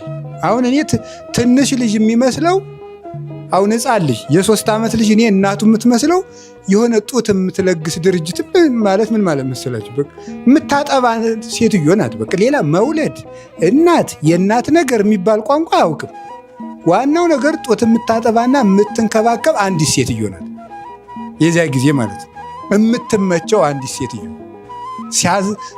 ስታዝለው የእሷ ወገብ ብቻ የሚመቸው፣ ስታቅፈው የእሷ ክንድ ብቻ የሚመቸው፣ ስታጠባውና ስታጫውተው የእሷ ብቻ ክንድ ደስ የሚለው በቃ የሆነች ሴትዮ ናት። ሲያድግ እማማ እያለ ይመጣል። በኋላ ደግሞ ምን አድርጎ እንደሚስላት እኔ አላውቅም። አሁን ዛሬ ለእናታችን ያለን ስዕልና ድሮ ያለን ስዕል የተለያየ። ለዚህ ነው ቅዱስ ጳውሎስ ዋመሰ ደቂቃነ ሀለይኩ ከመደቂቅ ወተናገርኩ ከመደቂቅ ዋመሰ ልኩ ረሳይኩ ኩሎ። ልጅ እንዳለው እንደ ልጅ አስብ ነበር ይላል ቅዱስ ጳውሎስ። ልጅ እንዳለው እንደ ልጅ አስብ ነበር፣ ሳድግ ግን የልጅነትን ስራ ሁሉ ተውኩት ይላል። ስለዚህ አሁን እኛ ያለንበት ነገር አንድ ሕፃን ልጅ ለአባቱ ያለውን ያህል ነው ስለ እግዚአብሔር የምናስበው። አልበሰልንም ገና። ለዚያ እኮ ነው አሁን እግዚአብሔር ለእኛ የሚመስል ልክ ቅድም እንደነገርኳችሁ እናት ደግሞ አባት ምን ሊመስለው ይችላል? ለሕፃን ልጅ የሆነ ትልቅ ሰው ሲማታ መጥቶ የሚያስጥል የሆነ ትልቅ ሰውዬ ሊመስለው ይችላል ነው። እንግዲህ የሕፃናትን ልብ ሁሉ መርምሬ አላውቅም። ደስ የሚል ዝም ብሎ የሆነ ጋቢ አልብሶ እንደዚህ ቁጭ የሚል የሚንከባከብ የኔ ልጅ ማንም የሚነካው የሚል የሆነ ጀግና ሰውዬ ሊመስለው ይችላል። ሲያድግ ደግሞ አባት ከዚያ በላይ ነው። ቆይ እግዚአብሔርንም እኛ የምናስበው አሁን በእኛው እንደዚያ ነው የምናስበው። ምሳሌ ልንገራችሁ። አሁን የእኛ ጸሎት ቢደመር ምንድን ነው? አብላኝ፣ አጠጣኝ፣ አልብሰኝ፣ ሰው እንዳይሰድበኝ አድርገኝ፣ ጥሩ የሆነ ነገር አድርግልኝ። የልጅ ጥያቄ እኮ ነው። የልጅ ጥያቄ ነው። የቅዱስ ጥያቄ ግን ሐሰስኩ ገጸከ ገጸ ዚአከ ሐሰስ እግዚኦ ይትሚት ገጸከ ምን ይል። የበቃ ሰው ደግሞ እባክህ ገጸ ረድኤትህን ግለጥልኝ፣ ፊትህን ማየት እፈልጋለሁ። ይሄ ያደገ ሰው ጸሎት ነው። አሁን እንደ ልጅ ነን እኛ ራሱ ማለት። ስለዚህ በቶማስም የሚፈርድ ማንም የለም። እንደ ልጅ ነው እግዚአብሔር የሚያየን። እድገታችንም እንደዚያው ነው። እንደዚያ ባይሆን ኑሮ እንዴ ልጅ የማይለምነው ነገር አለ። ቢላዋ ስጡኝ ብሎ እሪ ይላል። ሳት ስጡኝ ብሎ እሪ ይላል። ስኳሩን ካልደፋሁት ብሎ እሪ ይላል። ብርጭቆውን ካለወርኩ፣ አንዳንድ ጊዜ ደግሞ የእናቱን ዓይን ካልጠነቆልኩት ብሎ እሪ ይላል። ልጅ የማይጠይቀው ጥያቄ አለን? ልጅ ነው። እንደዚያ ነን በእግዚአብሔር ፊት። ዛሬ የቅዱስ ቶማስ ሕይወት የሚያሳየ እንደዚያ የለም በቃ እኔ እጁን መዳሰስ አለብኝ፣ ጎኑን መዳሰስ አለብኝ ካልፈ አላምንም። የልጅ ጥያቄ ነው። ለዚህ ነው ክርስቶስ ያልተጸየፈው። እንደ ይሁዳ የብልጣብልጥነት ቢሆን ኑሮ ግን ጠርቅሞ ነበር የሚያስወጣው። የልጅ ጥያቄ ስለሆነ ታገሰው። ሁላችንም መድኃኔዓለም እንደ ልጆቹ ይየን፣ ልጆቹ አድርጎ ያኖረን። አንዳንድ ዝም ብለን ይሄ ትርኪ ምርኪ የሆነ የልጅ ጥያቄያችንም እግዚአብሔር ያስተካክልልን። ቶማስን ያስተካከል አምላክ ማለት ነው። ከዚያ ቶማስ ዳሰሰው፣ አየ፣ እትራቱን፣ ችንካሩን፣ ጎኑን ዳሰሰና ጌታዬና አምላኬ ብሎ ተናገረ። እስኪ ርዕሳችን ምንድን ነበር? ጌታዬና አምላኬ። በጣም ግሩም ነው። አሁን ቅዱስ ቶማስ ጌታዬና አምላኬ ብሎ እንዲመሰክር ያበቁትን ነገሮች እነግራቸዋለሁ። ጌታዬና አምላኬ ሲለው ምን ማለቱ ይመስላችኋል? ጌታዬ አምላኬ ሲል እግዚአብሔር ማለት ነው። በአማርኛ ፈጣሪ ማለት ነው። ፈጣሪዬ ማለት ነው። ጌታዬ አምላኬ ኪሪዮስ ይባላል። ጌታዬ የሚለው ጊዜ የሚለው በግሪኩ ኪሪዮስ ብሎ ነው የጠራው። ያ ደግሞ ለእግዚአብሔር ብቻ የሚቀጸል ጌትነት ነው። ሳራ ባሏን ጌታዬ ያለችበት ጌታዬ አይደለም። ወይም አንድ አነስ ያለ ሰው የሚያከብረውን ሰው ጌታዬ ብሎ እንደሚጠራው አይደለም። አምላክ ብቻ የሚጠራበት ጌታዬ ነው። ይሄ አዶናይ ጌታ የሚባለው፣ አልሻዳይ ሁሉን ቻይ የሚባለው፣ ያህዌ ዘሃሎ ወይ ሄሉ የሚባለው ሁሉን ቻይ የሙሴ አምላክ ብቻ የሚጠራበት ጌትነት ነው። እሷን የጠራት ቶማስ ጌታዬ አምላኬ። የቤተ ክርስቲያን ሊቃውንት ብዙ አተረጓጎም ተርጎመውታል። እግዚእየ ብለው እንደ ሰውነቱ ጌታዬ፣ አምላኬ ብሎ ደግሞ እንደ ፈጣሪነቱ ጠርቶታል። ብዙ የቤተ ክርስቲያን ሊቃውንት ግን አንድ አድርገው ሲተረጉሙት ምንድን ነው የሚሉት? ስጋውን እያየ የማይታየውን አምላክነቱን ጠራው ይላል። የሚታይ ስጋውን እየዳሰሰ የማይታይ ጌትነቱን ጠራ ይላል። ጌታዬ አምላኬ ሲለው ኢየሱስ ክርስቶስ እግዚአብሔር ነው ማለቱ ነው። እግዚአብሔር ነው ማለቱ ነው። ዋናው ነጥቡ እሱ ነው። የቅዱስ ቶማስን ምስክርነት ብዙ ሊቃውንት የክርስቶስን ጌትነት ትንሣኤ ለማስረዳት ተከራክረውበታል። እነ ቅዱስ አትናቴዎስ፣ ቅዱስ ቄርሎስ ዘእስክንድርያ ድርሳነ ቄርሎስ ምዕራፍ 35 ላይ፣ ቅዱስ አትናቴዎስ ሐዋርያዊ ሃይማኖተ አበው ምዕራፍ 31 ቁጥር 24 ላይ የቅዱስ ቶማስን ምስክርነት በደንብ የክርስቶስን ጌትነት ለማስረዳት ተጠቅመውበታል። አሁን ቅዱስ ቶማስ ጌታን ጌታዬና አምላኬ ብሎ የጠራበት ምክንያት 3 መሰረታዊ ነገሮች ልንገራችሁ። አንደኛው ክርስቶስ በዝግ ቤት ውስጥ መግባቱ፣ በተዘጋ ቤት ውስጥ መግባቱ ክርስቶስን ፈጣሪዬ ብሎ ጠርቶታል፣ እንዲጠራው አድርጎታል። ፈጣሪዬ ነህ አንተ ብሎታል።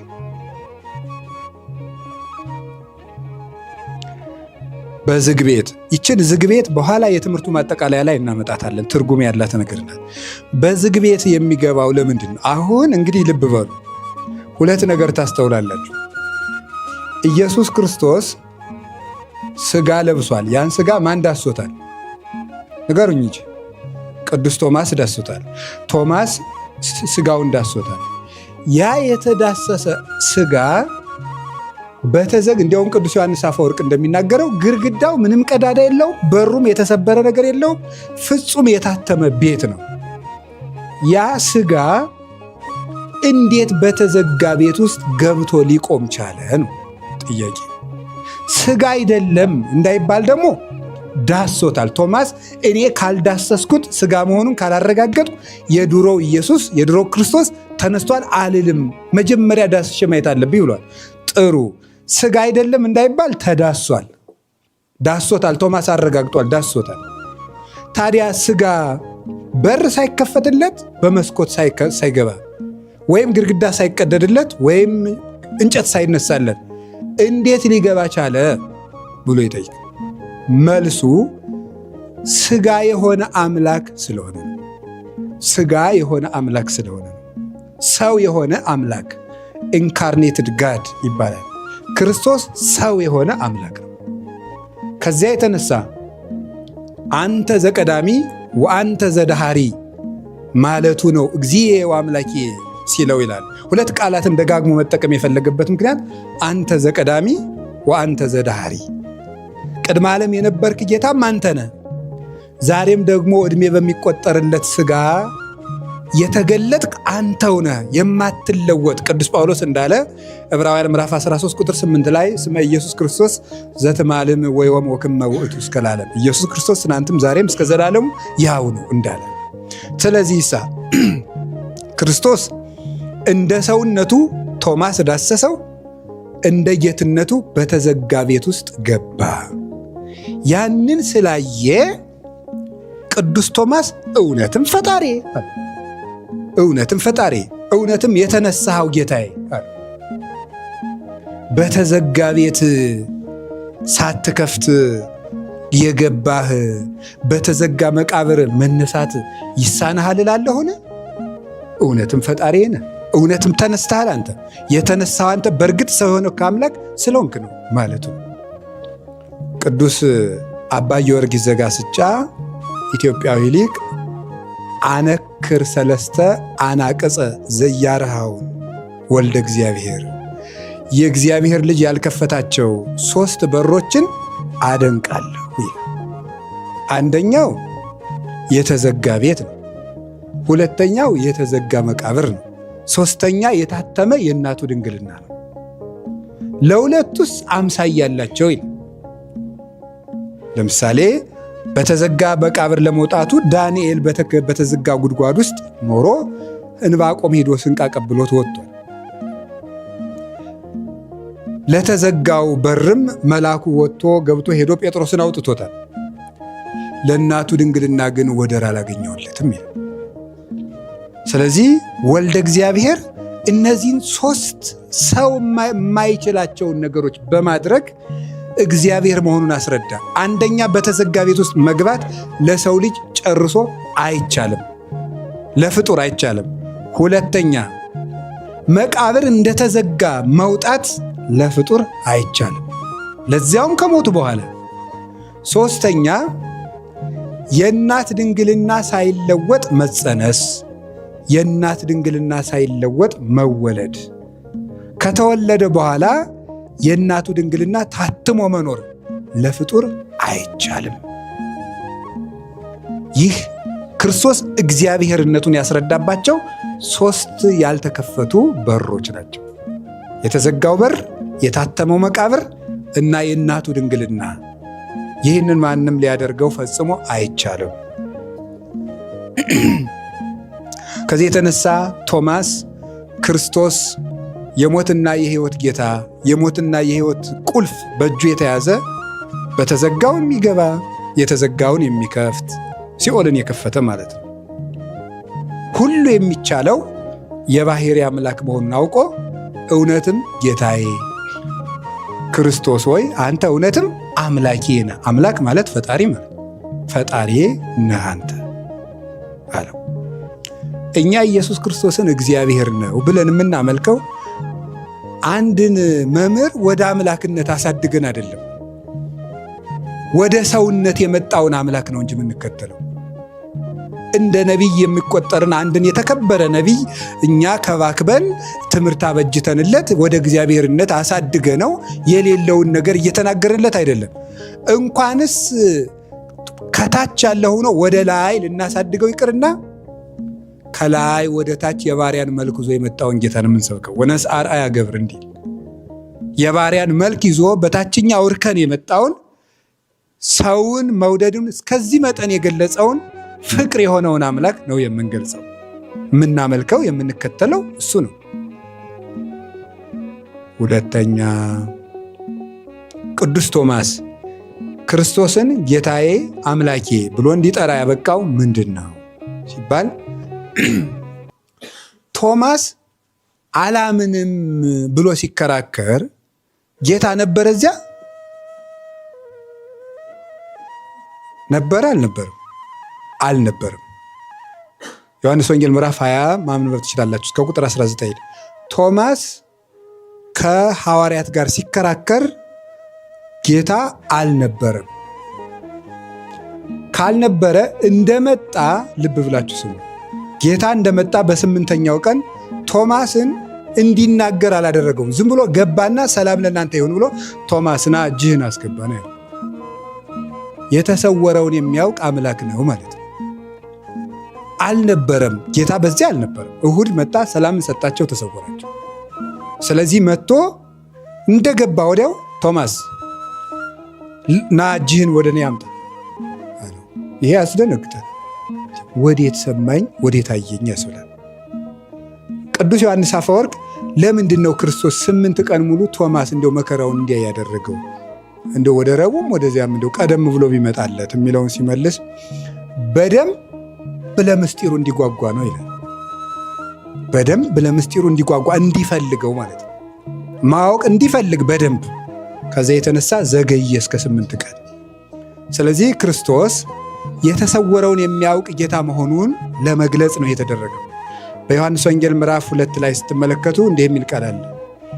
ኢይፈቅድ ይንግርዎ ግዕዞ ለሰብ እስመ ለሊሁ የአምሮ ለሰብ። የሰውን ፈቃዱን ወይም በልቡናው ያለውን ሊነግሩት አያሻውም፣ እሱ የሰውን ልቡና መርምሮ ያውቀዋልና ተብሎ ስለ ክርስቶስ ተነግሯል። ወአእመሮሙ እግዚእ ኢየሱስ ከመ አንጐርጐሩ አይሁድ በባሕቲቶሙ፣ አይሁድ እርስ በርሳቸው እንዳንጎራጎሩ አወቀባቸው ይላል።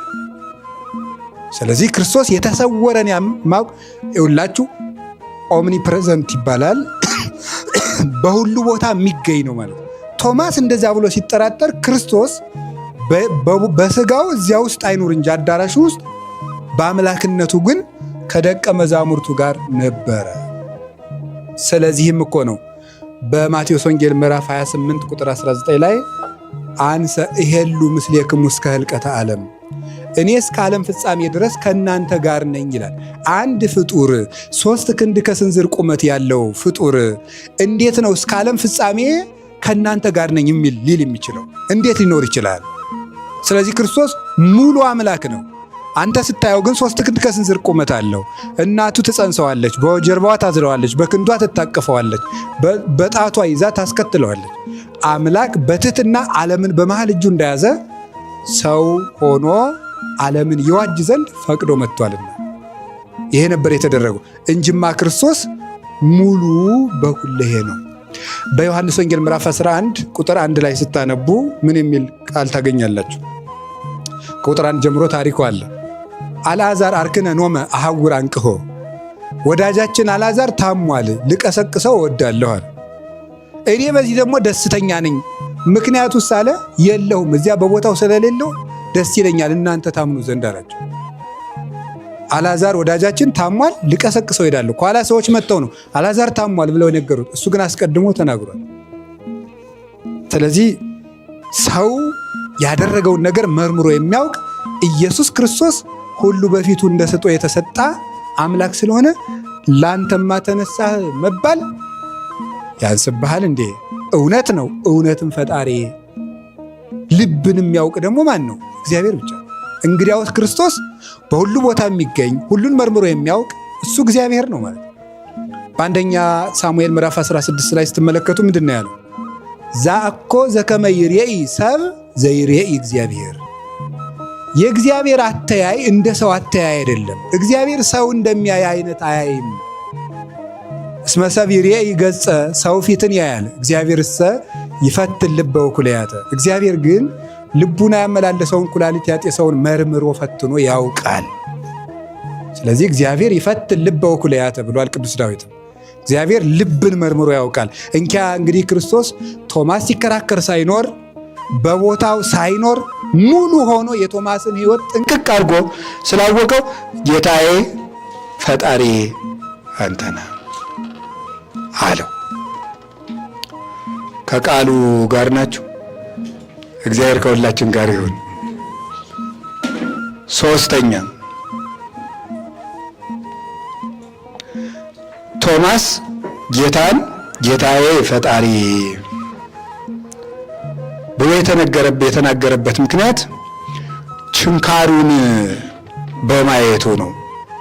ምንድነው? ይህን ስንለው ቆይተን እንዳትሉ የተለየ ነገር እየነገርኳቸው ያለ በዚህ አንቀጽ ሲተረኩም ችንካሩን ሲያየው ክርስቶስ ተነስቷል ሲሉት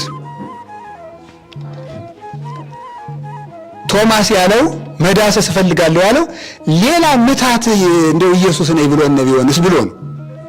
ስለዚህ በትክክል ዓርብ ሲሰቀል ያየሁት እሱ መሆኑን ማረጋገጥ አለብኝ ነው ጉዳዩ።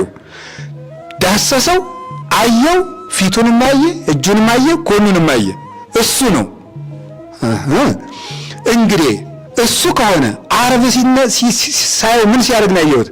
ሲቆስል፣ ሲደማ፣ ሲቸነከር፣ ጎኑን ሲወጋ፣ ጎኑ ሲናወጥ፣ አምላኬ አምላኬ ብሎ ሲጮህ አይደለምን?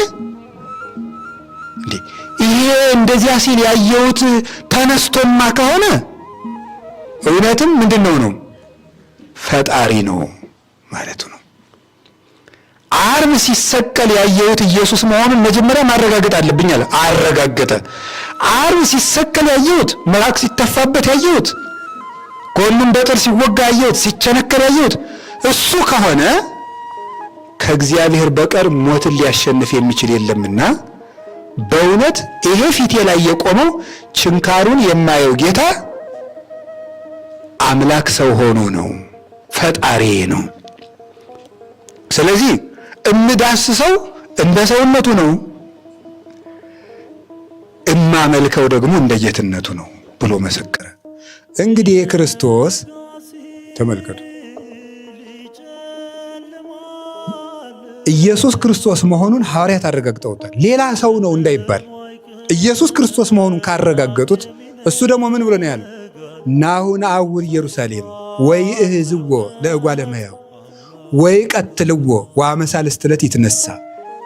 ወደ ኢየሩሳሌም እንወጣለን፣ የሰውን ልጅ ይይዙታል፣ ይገሉታል፣ ይሰቅሉታል፣ በሦስተኛው ቀን ይነሳል ብሎ ተናገረ። ከዚያሳ እንዲህ ብሎ ተናገረ። በእርግጥ ሲያዝ ነበሩ፣ አላስመሰለም። እሱ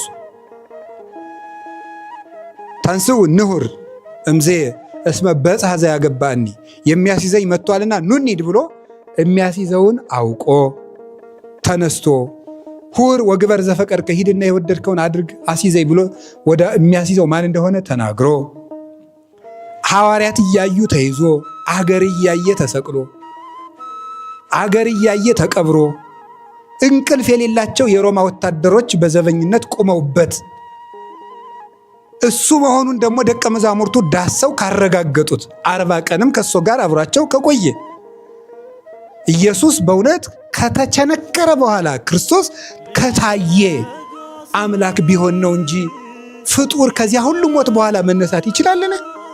አይችልም። በስልጣኑ ሲነሳን ምን ነው ኤልሳስ ሞት አስነስቶ የለም? ኤልያስ ሞት አስነስቶ የለም? እነዚያ የተነሱ ሙታን ተመልሰው ሞቱ። ክርስቶስ ግን እይረክቦ ሞት እምዝዳግም ሞት ክርስቶስን ዳግመኛ አያገኘው። ደግሞስ ማንኛው ሞቶ የተነሳ ነው ለደቀ መዛሙርቱ መንፈስ ቅዱስን የላከ? ማን ነው አጋንንትን አውጡ፣ ድዊ ፈውሱ፣ ሙት አንሱ ብሎ ስልጣን መስጠት የሚችለው? ክርስቶስ እኮ በትንሣኤው የእሱን ትንሣኤ በሞት ላይ ደቀ መዛሙርቱን ጭምር ነው ያሰለጠናቸው። እሱ ሞትን አሸነፈና ደቀ መዛሙርቱ ደግሞ ናለች ሙት አንሱ፣ ድዊ ፈውሱ፣ ጋኔን አውጡ፣ በእኔ የምታምኑትን ሁሉ ምልክት ይከተላችኋል ነው ያላቸው። እንግዲህ ክርስቶስ በእውነት አባቶቻችን ሐዋርያት ያዩት ዓርብ የተሰቀለውን ከሆነ እሁድ ያዩት ደግሞ እንዳዩትም እርግጠኞች ነን። ስለዚህ እሁድ የታየው ዓርብ የተሰቀለው ከሆነ እንግዲያስ የተሰቀለው ፈጣሪ። ስለዚህ ቅዱስ አትናቴዎስ ሲናገር ይህን ነገር ምን ያልመስላችሁ? ንጸርፎሙ ወናስተሐቅሮሙ ለዘይክህድዎ ለዘተሰቅለ ወይብሉ ኢኮነ አምላከ።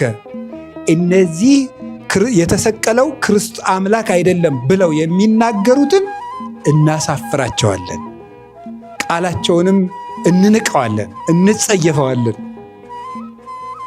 ወይለብው እንከ እምቅዱሳት መጻሕፍት በቅዱሳት መጻሕፍት ስለሱ የተነገረውን ነገር ሁሉ ያስተውሉ። ወፈድፋደሰ ባሕሎ ለቶማስ ሐዋርያ ዘይቤ እግዚእየ ወአምላኬ ጌታዬ ፈጣሪ ብሎ የሚጣራ ቶማስን ይልቁን ፈጽመው ሰምተው ይመኑ። ቅዱስ ኤራቅሊስም በሃይማኖተ አበው ተገሰጽ እምዝንቱ ታምር ወስግድ ለዘተሰቅለ ይህንን ታምራት አይተህ ለተሰቀለው አምላክ ስገድ። የተሰቀለው ኢየሱስ ክርስቶስ አምላክ ነው ብለህ እመን። እሁድ ያዩት የተሰቀለው ከሆነ የተሰቀለውን ከተነሳ ያ ክርስቶስ አምላክ ነው። ይሄ ነው ጌታዬ አምላኬ ብሎ የተናገረው። እኛም ይሄንን ቃል እስከምንሞት ድረስ እንጮኻለን። ጌታዬ አምላኬ። እስኪ በሉ ሁላችሁ በሉ እንጂ። በጣም በጣም በጣም በጣም በነገራችሁ ላይ የመነኩሴ ጦሩ ይሄ ነው ታውቃላችሁ። በጣም መነኩሴ እልፍ መሳሪያ ከታጠቁ ሰዎች ይልቅ ጀግና ነው። ጀግንነቱ ይች ቃል ናት። ጌታዬ አምላኬ ናት። ይች ናት። አንድ በበረሃ የሚኖር አባት ከከተማ የመጣ ሰው እንዲህ አላቸው፣ አባቴ እባክዎትን ወደ ቤተ ክርስቲያን መቅረብ ሳስብ ሌሊት ሌሊት እየመጣ የሚያንቀኝ፣ ከቤቱ ውጭ በግቢው እንዳውሎ ነፋስ ሲጮህ የምሰማው የሚያጨናንቀኝ መንፈስ አለ። ጸሎት ሳስብ እንዲያደርገኛል፣ ስተወው ግን ይተወኛል አላቸው። ቆይ ጦር ላመጣልህ ነው ብለው ምን ያመጡለት ጥሩ ነው? 33 ፍሬ መቁጠሪያ። መቁጠሪያ በነገራችሁ ላይ 33 ይደረጋል፣ 41 ይደረጋል፣ 64 ይደረጋል። 33ቱ ምንድነው ምሳሌው? ክርስቶስ በዚህ ዓመት የኖረው በዚህ ዓለም ስንት ነው? 33 ዓመት ነው። ስለዚህ እሱም ይደረጋል። 33 መቁጠሪያ አምጥተው ሰጡና ሲመጣብህ ይሄን ተኩሳሉ። ምን በልና ያሉት?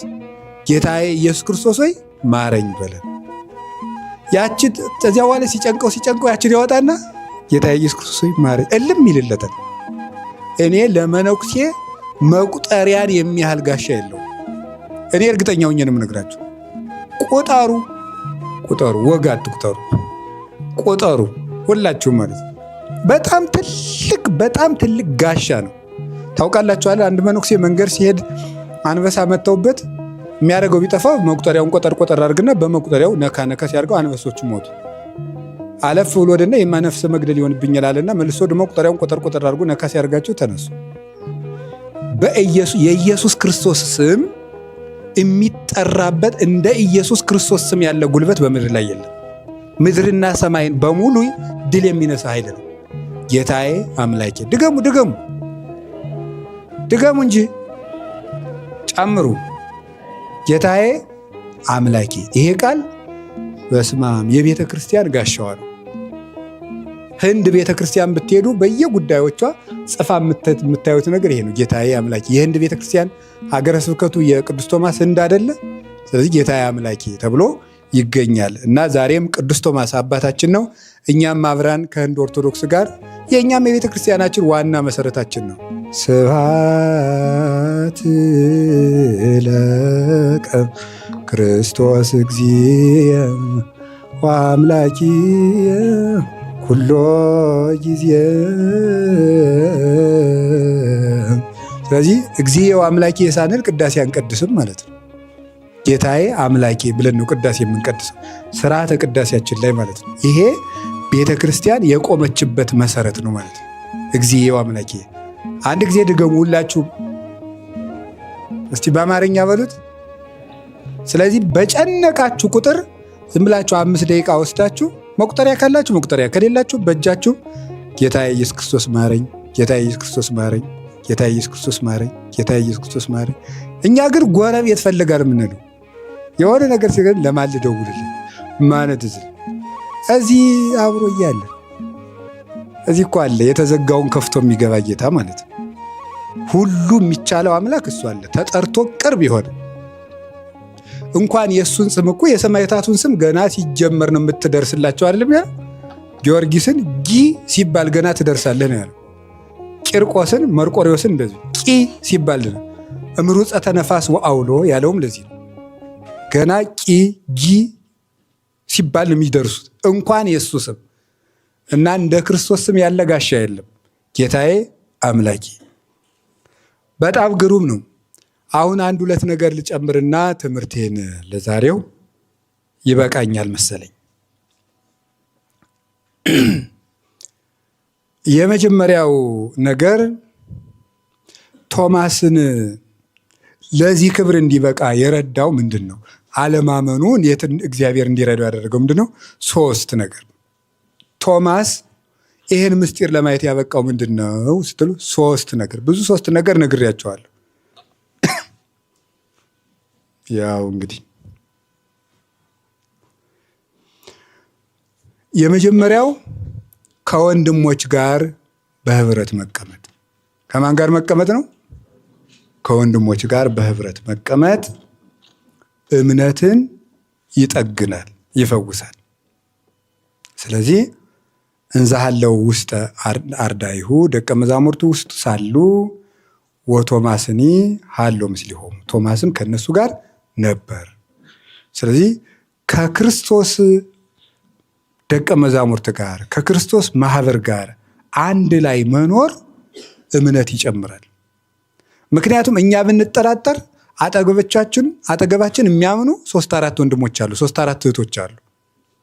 ስለዚህ ሰው ጋር መሆን ከሚያምኑ ሰዎች ጋር ማለት ነው መሆን እምነት እንዲጨመርልን ያደርጋል። ምክንያቱሳ ክርስቶስ የፍቅር አምላክ ስለሆነ ፍቅር ስለሆነ መዋደድ ባለበት እውነት አለ፣ እውነት ባለበት እግዚአብሔር አለ። ስለዚህ ስለ ፍቅር ክርስቶስ እዚያ መሃል ተገኘ። ከወንድሞቹ ጋር በህብረት የሚኖር ሰው ክርስቶስ ይደርስለታል። ስለዚህ ፍቅር ይቀድማል። አሁን እኛ በዚህ በኢትዮጵያ ስንኖር በየገዳማቱ በጠቅላይ ቤተ ክህነት በየጉባኤ ቤቶቹ በየትም የማህበር ጸሎት አለ። ለምንድን ነው ታዲያ እግዚአብሔርን እንዳናገኘው የሚያደርግ ምን ይመስላችኋል? ውስጣዊ መነጣጠል ስላለ ነው። አንድ ስንሆን ግን ማን ይመጣል? ቅዳሴ ላይ ተቀድሶ ምን እንደምን ታውቃላችሁ? ሀበነ ንህበር በዘዚአከ መንፈስ ቅዱስ በዘዚአከ መንፈስ ቅዱስ በአንተ ህልው ሆኖ ባለው በመንፈስ ቅዱስ አንተና አብ አንዱ ናችሁ እንደምትኖሩት በዚያው መንፈስ ቅዱስ እኛንም አንድ መሆንን ስጠን ነው የሚለው ቅዳሴው ይሄን የሚለው። ስለዚህ ከሚያምኑ ሰዎች ጋር መቀመጥ ሃይማኖትን ይገልጣል። ከመምህራን ጋር መዋል ደግሞ ሃይማኖትን ይገልጣል። ይሄ ነው መሰረታዊ ትርጉሙ። ሁለተኛው በተዘጋ ቤት ውስጥ መቀመጥ። ቶማስ ይህን ምስጢር እንዲያይ ያበቃው በተዘጋ ቤት ውስጥ መቀመጡ ነው። የተዘጋ ቤት የሚባለው ቅድስት ቤተ ክርስቲያን ናት ብለው ይተረጉማሉ አበው። የተዘጋ ቤት የሚባለው የተዘጋ የሚባለው ደግሞ ምስጢራተ ቤተ ክርስቲያን ወይም ቤተ ክርስቲያን የቤተ ክርስቲያን ምስጢራት ናቸው። ምስጢራተ ቤተ ክርስቲያን ናቸው። የተዘጉ የሚባሉት አይመረመሩም። ለምሳሌ ምስጢረ ተክሊል ይባላል። ባልና ሚስት በተክሊል ይጋባሉ። ሁለት ሰዎች ናቸው። ሁለቱ አንድ ሆነዋል። የት ነው አንድ የሆኑት? ሴትዮቱም ለብቻዋ ናት፣ ሰውየውም ለብቻው ነው። ምናቸው ነው አንድ የሆነ? የእሷም እጅ ለራሷ ነው፣ የእሱም ለራሱ ነው። አይታይም። የተዘጋ ቤት ይባላል። የቤተ ክርስቲያን ምስጢራት ናቸው የተዘጉ ቤቶች የሚባሉት። ዝግ ናቸው፣ ለክርስቶስ ግን ዝግ አይደሉም፣ ገብቶ ይገለጥባቸዋል። ስለዚህ በዓይናችን ስናየው ዝግ ነው፣ ክርስቶስን ግን ገብቷል። ስናያቸው ምስጢራተ ቤተ ክርስቲያን ለእኛ የተዘጉ ናቸው፣ ክርስቶስ ግን ይገለጥባቸዋል። ለምሳሌ ምስጢረ ክህነት አለ። ለምሳሌ ቄሱ እግዚአብሔር ይፍታ ሲባል ኃጢአት ይፈታል። የማይመስል ነገር ነው ይላል አንዳንድ ሰው። የማይመስል ነገር ነው። ክርስቶስ በተዘጋ ቤት ገባ ማለትም የማይመስል ነገር ነው በለኝ። እንግዲያማ ክርስቶስ ስታየው በተዘጋ በሆነ ቤት እሱ ግን ገብቶበታል። ስታየው የሚታይ ቄስ ነው የሚያጠምቅህ። የምትጠመቀው ግን ከስላሴ ነው። ስናየው የምንቆርበው ህብስቱ ተቀድሶበት ወይኑ ተቀድሶበት ነው። እኛ ስናየው ግን ወደ አምላክ ስጋ ወደ አምላክ ደም ተለውጧል። ምስጢራተ ቤተክርስቲያን የተዘጉ ቤቶች ናቸው። ስለዚህ ምንድን ነው ያለው? ግን ክርስቶስ የሚገለጥባቸው በስጋዊ ሐሳብ የማይመረመሩ የቤተ ክርስቲያን ምስጢራት ናቸው እነዚህ። ክርስቶስ ግን የሚገለጥባቸው እመሰ ክዱን ትምህርትነ ክዱን ውእቱ ለህርቱማን ወለንፉቃን። ትምህርታችን የተከደነ ቢሆን እንኳን የሚከደንባቸው ለተከደነባቸው ብሏል ቅዱስ ጳውሎስ። ትምህርታችን የተሰወረ ቢሆን እንኳን የተሰወረው ለተሰወረባቸው ነው። በዚያ የተዘጋ ቤት ውስጥ ክርስቶስ ይገለጣል። አብያት የምስጢራት ቤተ ክርስቲያን አኮ ከመይትራይ ዳይሙ ከመይታለይ። የቤተ ክርስቲያን ምስጢር በአይነ ህሊና ሊታይ ነው እንጂ በአይነ ስጋ ሊታይ አይደለም። በአይነ ነፍስ የሚታይ ነው እንጂ በአይነ ስጋ የምናየው አይደለም። ይሄ ውሃ ነው። ምንድን ነው? ውሃ ነው። እንዴ ግን መንፈስ ቅዱስ የሚገለጥበት ውሃ ነው ስንጠመቅ።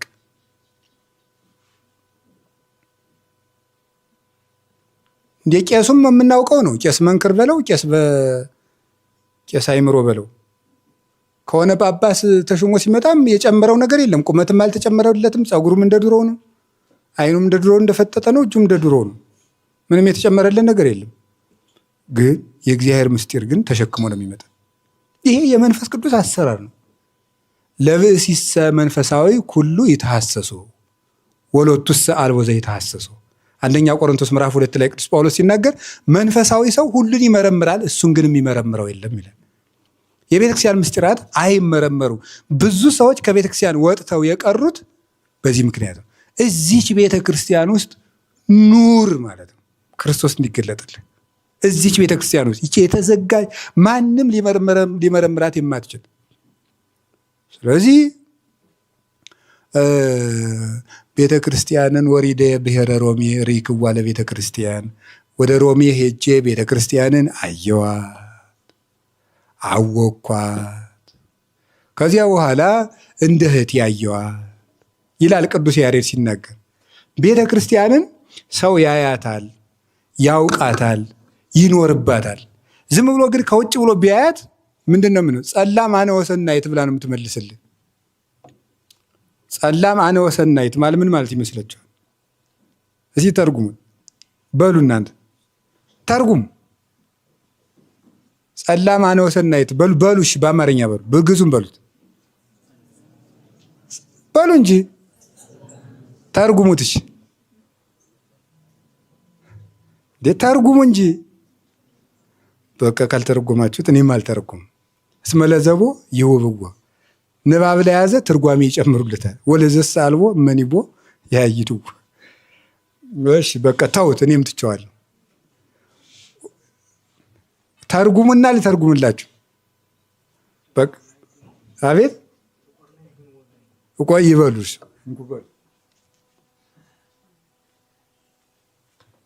ጥቁር ነኝ ግን ውብ ነኝ። እሺ የት መጽሐፍ ነው ያለ እንደዚህ የሚል? አቤት መኃልየ ሰሎሞን።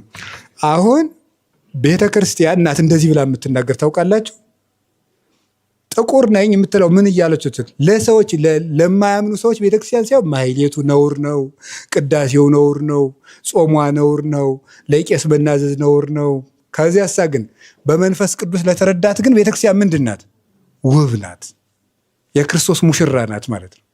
ያ ነው የተዘጋችው ቤት የምትባለው። ለሰው ተዘግታ ለክርስቶስ የተከፈተች ቤት ናት ይች ቤተክርስቲያን። ማንም ሊረዳት አልቻለም። ዙሪያውን ይዞራል። ምንድነው ወበከመ ልዕልና ከሰራይኮሙ ለኩሎሙ ደቂቀ ጓለ እመሕያው አውደ ያጉሩ ረሲያን ያለው ነገር። አንተ በዚህ ደሩ፣ በዚህ ውጡ፣ በዚህ ወረዱ ብትል እነሱ ዙሪያውን ይዞራሉ አለ ቅዱስ ዳዊት። ዝም ብሎ ዙሪያውን ይዞራል። ይህች ቤተክርስቲያን ግን የክርስቶስ ካልሆነ ሰው በቀር ይቺ ቤተ ክርስቲያን ለማንም የተዘጋች ናት። ከክርስቶስ ጋር ላሉት ግን ክፍት ናት። ክርስቶስን ብለው ለሚመጡ ክፍት ናት። እና በዚህች ቤተ ክርስቲያን ውስጥ ክርስቶስ አልመጣም። ሳይመጣም ቁጭ ብለው ነበር። ያ ማለት ጠይቀው ቢዘገይብህም ጥያቄ ባይመለስም እዚህ ዝግ ቤት ውስጥ ምን በል ነው ቁጭ በል።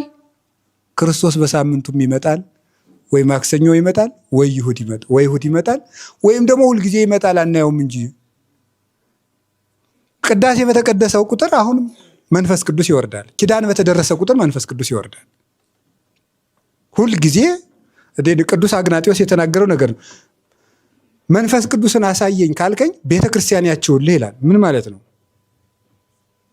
ቤተክርስቲያን ባለችበት ማን አለ ማለት ነው? መንፈስ ቅዱስ አለ። ስለዚህ የመንፈስ ቅዱስ ሀገሩ ናት ቤተክርስቲያን። ቄሱም ቅዳሴ ሲገባ የሚለን ይሄ ነው። በስመ አብ ወወልድ ወመንፈስ ቅዱስ አሐዱ አምላክ ሚመጠን ግርምት ወጽብት ዛቲ ሰዓት እንተ ባቲ ይወርድ መንፈስ ቅዱስ እምልዕልተ ሰማያት ወይጼልሎ ለዝንቱ መስዋዕት ወይቄድሶ በጽሙና ወበፍርሃት ቆሙ ከመ ሰላሙ ለእግዚአብሔር ያህሉ ምስሌው ምስለ ኩልክሙ እስከ ለዓለም ይላል። ይህች ቀን ምን ያህል የምታስፈራ ናት! ይህች ቀን ምን ያህል የምታስጨንቅና ድንቅ ናት ማለቱ ነው። መንፈስ ቅዱስ ከሰማይ ሰማያት የሚወርድባት ይህንን መስዋዕት የሚያከብርባትና የሚለውጥባት። በፍርሃትና በመንቀጥቀጥ ሆናችሁ ቁሙ፣ ጸልዩ፣ የእግዚአብሔር ሰላም ከኔም ከእናንተም ጋር ይሆን ዘንድ ብሎ ነው ቅዳሴ የሚጀምር። መንፈስ ቅዱስ የሚወርድባት ነው። ይቺ የተዘጋጀች ቤት ውስጥ እዚች ህትምት ሁረታትያ በምስጢር የተባለች ነገረ ስራዋ ሁሉ ምስጢርና ስውር የሆነች ቤተክርስቲያን ማንም ሊረዳት ያልቻለ የቻለውን ሁሉ ተናግሮ ይሞታል እንጂ የማይረዳት ጥልቅ የሆነች መዝገበ ምስጢር የሆነች ቤተክርስቲያን እዚች ውስጥ ክርስቶስ አለ። በእምነትና በፍቅር ለተሰበሰቡት ነው። ግን በእምነት በፍቅር ለተሰበሰቡት ክርስቶስ እዚህ ቤት አለ። የመጨረሻዬ ነው። ቶማስን እንዲህ ብሎ ለመናገር ያበቃው የመድኃኔዓለም እጅ ነው። የእሱ እጅ ሲነካው ነው ምኑ ላይ የጮኸ ጌታዬና ምኑ ላይ የተናገረ አምላኬ ብሎ የተናገረ። ክርስቶስ አምላኬ ነው ብሎ ለመመስከር አቅም የሌለው ልብ የክርስቶስ እጅ ያልነካው ነው። ክርስቶስ ከነካ መድኃኔዓለም የባህሪ አምላክ ነው ትላለ። እና ልላችሁ የፈለኩት ምንድን ነው? አኮ ለዘሮ ጸወይ ለዘበደረ ነው። ብንሮጥ ብንታክት የክርስቶስ እጅ ካልነካን አንለወጥም ልላችሁ ፈልጌ። የእሱ እጅ ግን ስትነካን እንዲው ቁልፏን ጫን ሲያረጋት ጌታዬ አምላኬ ታስብላለች። እንደ መድኃኔዓለም በዚያ የምሕረት እጁ ሁላችንም ይንካል፣ በቸርነቱ ይዳሰን። ብዙ ሊቃውንት ቅዱስ ቁርባን ነው ብለው ደሰውታል፣ ተርጉመውታል። የክርስቶስን እጅ የነካ ጊዜ ቶማስ ድሮ የማያውቀውን ምስጢር አልፈልግም አላውቅም የራሳችሁ ጉዳይ ሲለው የነበረውን ምስጢር እጁ ስትነካው ግን ከልቡናው ቦግ ብሎ ተናገረ ይላል። ክርስቶስ የነካው ዕለት ሰው ሁሉ ከልቡ ምስጢር ይፈልቃል። ያቺ እጁ ናት የምታስፈልገን። አሁን እንዲህ ሁላችንም ማለት ያለብን አንዳንድ ጊዜ ልንገራችሁ። ያቅማችን መቼስ ጥቂት ጥቂት ስንጸልይ የለ እንጸልያለን፣ ጥቂት ጥቂት እንጾማለን፣ ጥቂት ጥቂት ብቻ እንሰግድ ብቻ እንደው እስቲ እንደው ብቻ ብዙም የምታረጉ አላችሁ። የራስህን ጥቂት ጥቂት በል እንዳትሉኝ ብቻ የሆነ ነገር እናደርጋለን። እና ምንድነው ባለፈው እዚህ በመነኮሳት ጉባኤም ስናየው ነበርና አንድን መነኩሴ ሰይጣን ሊያጠፋው ሲፈልግ ምንድነው የሚለው ሰይጣን እየፈተነው ጥቂት ጸሎት ጸልዮ ሲርቅለት እግዚአብሔር ረዳኝ ማለትን ትቶ ለካ ሰይጣን እንዲያቅም የሌለው ነው እንዲል ያደርገዋል። ማነው እንደዚህ የሚያደርገው? ራሱ ሰይጣን እኮ እንደዚህ የሚያስብለው ሰይጣን ለካ እንዲያቅም የሌላት ናት። 3 ዳዊት እኮ ብዘምርባት እኮ ድምጥ ማጧ ጠፋ ሰይጣን ብሎ እንዲታበ እግዚአብሔር ረዳኝ ማለትን ትቶ ደግሞ ጸሎቴ ነው እንዲያረገልኝ እንዲሁ ምን አይነት ክፉ ሰው ነው? አንደኛ እንዳንጸልይ ያደርጋል። ስንጸልይ ደግሞ ምን አባቱን ደግሞ ሰይጣን ቁም ነገር ነው። ሰይጣን ቁም ነገር ነው አስብሎ የማን ያደርጋል? የራሱ የሰይጣን ያደርጋል። ልብ በሉ። ስለዚህ እንዲያው ልንገራችሁ፣ መጾሙንም እንጹም፣ መስገዱንም እንስገድ፣ መትጋቱንም እንስጋ፣ መጸለዩንም እንጸልይ። ግን መድኃኔዓለም ካልዳሰሰን አንለወጥም።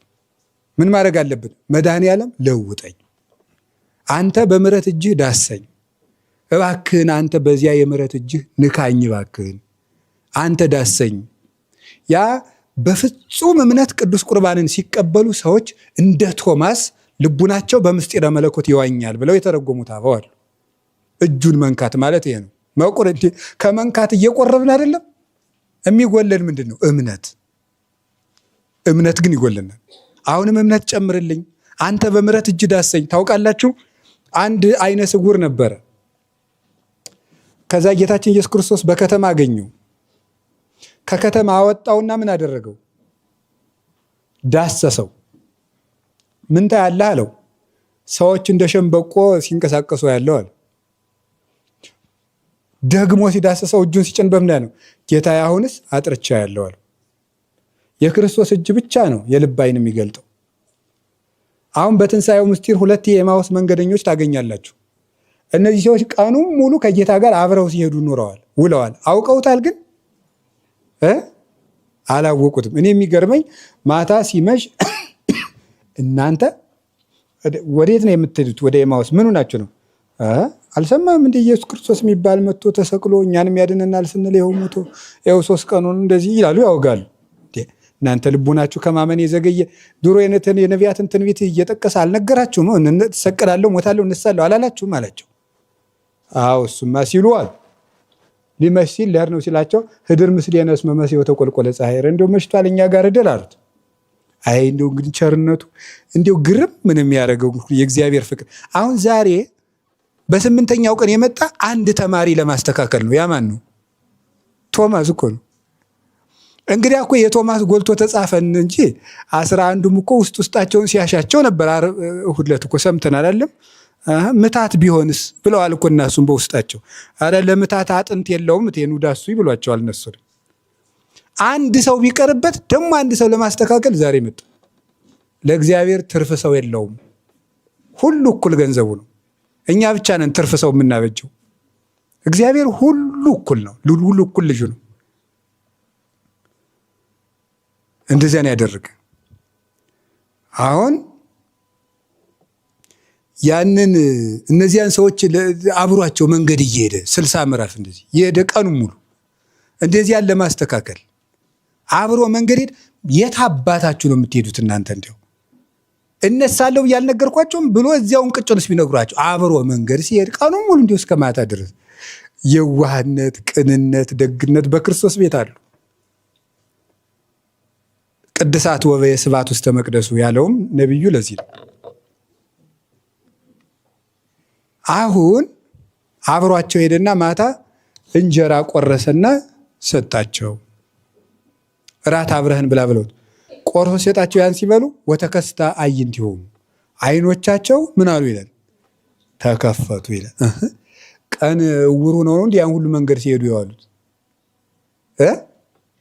ማን እየመራቸው? በእግራቸው አይደል ሲያኖጉት የዋሉ መንገዱን። እና ዓይናቸው ተገለጠ ማለት ምን ማለት ነው? የልባቸው ዓይን ምን አለ ነው? በራላቸው። ምን ሲያደርጉ? ከሱ እጅ የተቆረሰ ነገር ሲቀበሉ። ምንጊዜም የክርስቶስ እጅ ናት ልቡናችን የምታበረው። እሱ ካልዳሰሰን በብልጣብልጥ በዚህ ብትለው በዚህ ብትለው። አሁን ሰው ሁሉ የእንትን የምንድን ይባላል የእቅድ ብቃት ምናምን ሁላ እየጀማመሩ እቺን አድርገህ በዚህ ስታረጋት ይቺ ጥሩ ህልም ታሳያለች ይላል እንጂ እንደው ደግሞ ለካ አይሰደብም እንዴ! እንደዚህ ያለ ነገር አለን። የመድኃኔዓለም እጅ ነው። የምንድን የምትን ብትለው መድኃኔዓለም እጁ ያቺ የምሕረት እጁ ካልነሳ ስንዴን አንስታ ወደ አምላክ ስጋ የምትለውጥ ብሩክ እጅ አለችው። እሱ ወይንን አንስታ ይዛ ወደ ደም የምትለውጥ የከበረች እጅ አለችው። በጭቃ ዓይን የምትፈጥር ብሩክ ጣት አለችው። እሱ እነዚያ ጣቶቹ የነኩን እንደሆነ ነው። ጌታዬ አምላኬ ሃይማኖት ያለ መድኃኔዓለም እጅ አይገለጥም። የእሱ እጅ ዳሰሰው ነው። ለዚህ ነው አልቦ ዘይክል ብሂለ እግዚእነ ኢየሱስ ክርስቶስ ዘእንበለ ዘመንፈስ ቅዱስ ላዕሌሁ። መንፈስ ቅዱስ ካደረበት ሰው በቀር ኢየሱስ ክርስቶስ ጌታ ነው ወይም የባሕርይ አምላክ ነው ብሎ መመስከር የሚችል ማንም የለም። የመድኃኔዓለም እጅ ብቻ ሲነካል ሲዳሰሰን ያቺ ስትሆን ያን ዕውርም ዳሰሰው በራለት። ቶማስም ያችን እጅ ዶ ነካስ ያርጋ ጌታ አምላኬ ፊት እምቢ አላውቅም ሲል ነበረው። አፈቆር ይገርማል እኮ።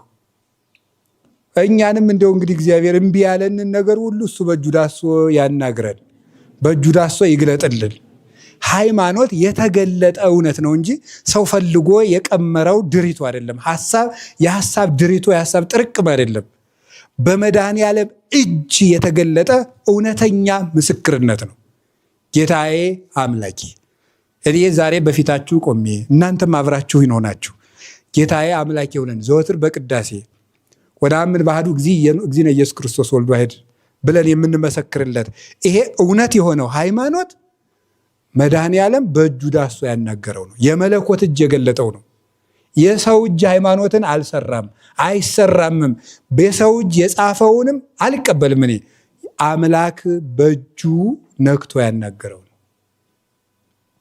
ለዚህ እኮ ነው ሰላም ለአይዳዊከ ጽቡረ እለ ገብራ በምራቅ አፉከ ቅዱስ አይንተ እውር ይፍጥራ ትምህርተ በዋት ክርስቶስ ዘትትነገር እምጵር ስፎራ ነገስታት በእንቲአከ ይገድፉ ጌራ ወጠቆሙ ይፈትሁ ሃራ። ስለዚህ ምን አለ? ለነዚህ እጆች ጽቡረ እለ ገብራ በምራቅ አፉከ ቅዱስ አይንተ እውር ይፍጥራ ቅዱስ በሆነው ካፍ በተገኘ በዚያ በሰውነት በተገኘው በዚያ ምራቅ የዕውር ዓይን ይፈጥሩ ዘንድ ጭቃ ለለወሱ እጆችህ ምስጋና ይገባቸዋል። አንተ ቅዱስ ሥጋውን ክቡር ደሙን ከመቀበል አስቀድሞ የምትነገር ስውር ምስጢርና ትምህርት አንተ ነህ ኢየሱስ ክርስቶስ ሆይ። በአንተ ፍቅር ሰክረው ነገስታት ምን ይላሉ? ዘውዳቸውን አሽቀንጥረው ይጥላሉ፣ ሰራዊቱም ትጥቃቸውን ይፈታሉ። ይሄ የኢየሱስ ክርስቶስ እጅ። ስለዚህ ቄሱ ተመልከቱ፣ ነሳ በእደዊሁ ነሳ ህብስተ በእደዊሁ ቅዱሳት ወብፁዓት እለ እንበለ ነውር ይላል። ቄሱ ህብስቱን አንስቶ ሊፈትት ሲል ጌታችን ኢየሱስ ክርስቶስ ነውር ነቀፋ በሌለባቸው እጆቹ ህብስቱን አነሳ ይላል። ያ እጅ ነው ዛሬም የሚለውጠን ዛሬም የሚያነሳን። እንደ ጴጥሮስ ባህሩ ውስጥ ሆነን እጃችን እንዲያርገን ኧረ አውጣኝ ጌታዬ ብለን እጃችን ለሱ መስጠት። የሱን እጅ የያዘ ሰው ሁሉ ይወጣል። ለጴጥሮስ ባህር ውስጥ ሲሰጥም እጁን አቀበለው። በዚያ እጅ ተመንጥቆ ወጣ። 5 እንጀራ ወደ ክርስቶስ እጆች ቀረቡ። የ5,000 ሰው ምግብ ሆነው ተመለሱ። ከክርስቶስ እጅ በረከት ይገኛል። ከክርስቶስ እጅ ኃይል ይገኛል። ከክርስቶስ እጅ ጥበብ ይፈልቃል። ከክርስቶስ እጅ ዕውቀት ይገኛል። ሕይወት ይገኛል። ከሱ እጅ ነው ሕይወት የሚገኘው። እጆቹ ሕይወቶች ናቸው። መድኃኔዓለም በእነዚያ እጆቹ ደግሞ ሁላችንንም ይባርከን። እሱ የአብ የባሕርይ ልጁ የድንግል ማርያም በኩር እንደሆነ በእውነት እናምናለን። እግዚኦ አምላኬ ጌታዬና አምላኬ በዚህ ጸሎታችን ከዲያብሎስ ተንኮል ሰውሮ የልቡናችንን መስኮት ከፍቶ ያለንበትን ጨለማ ገፎ የጌትነቱን ብርሃን በሰውነታችን ይሳልብን።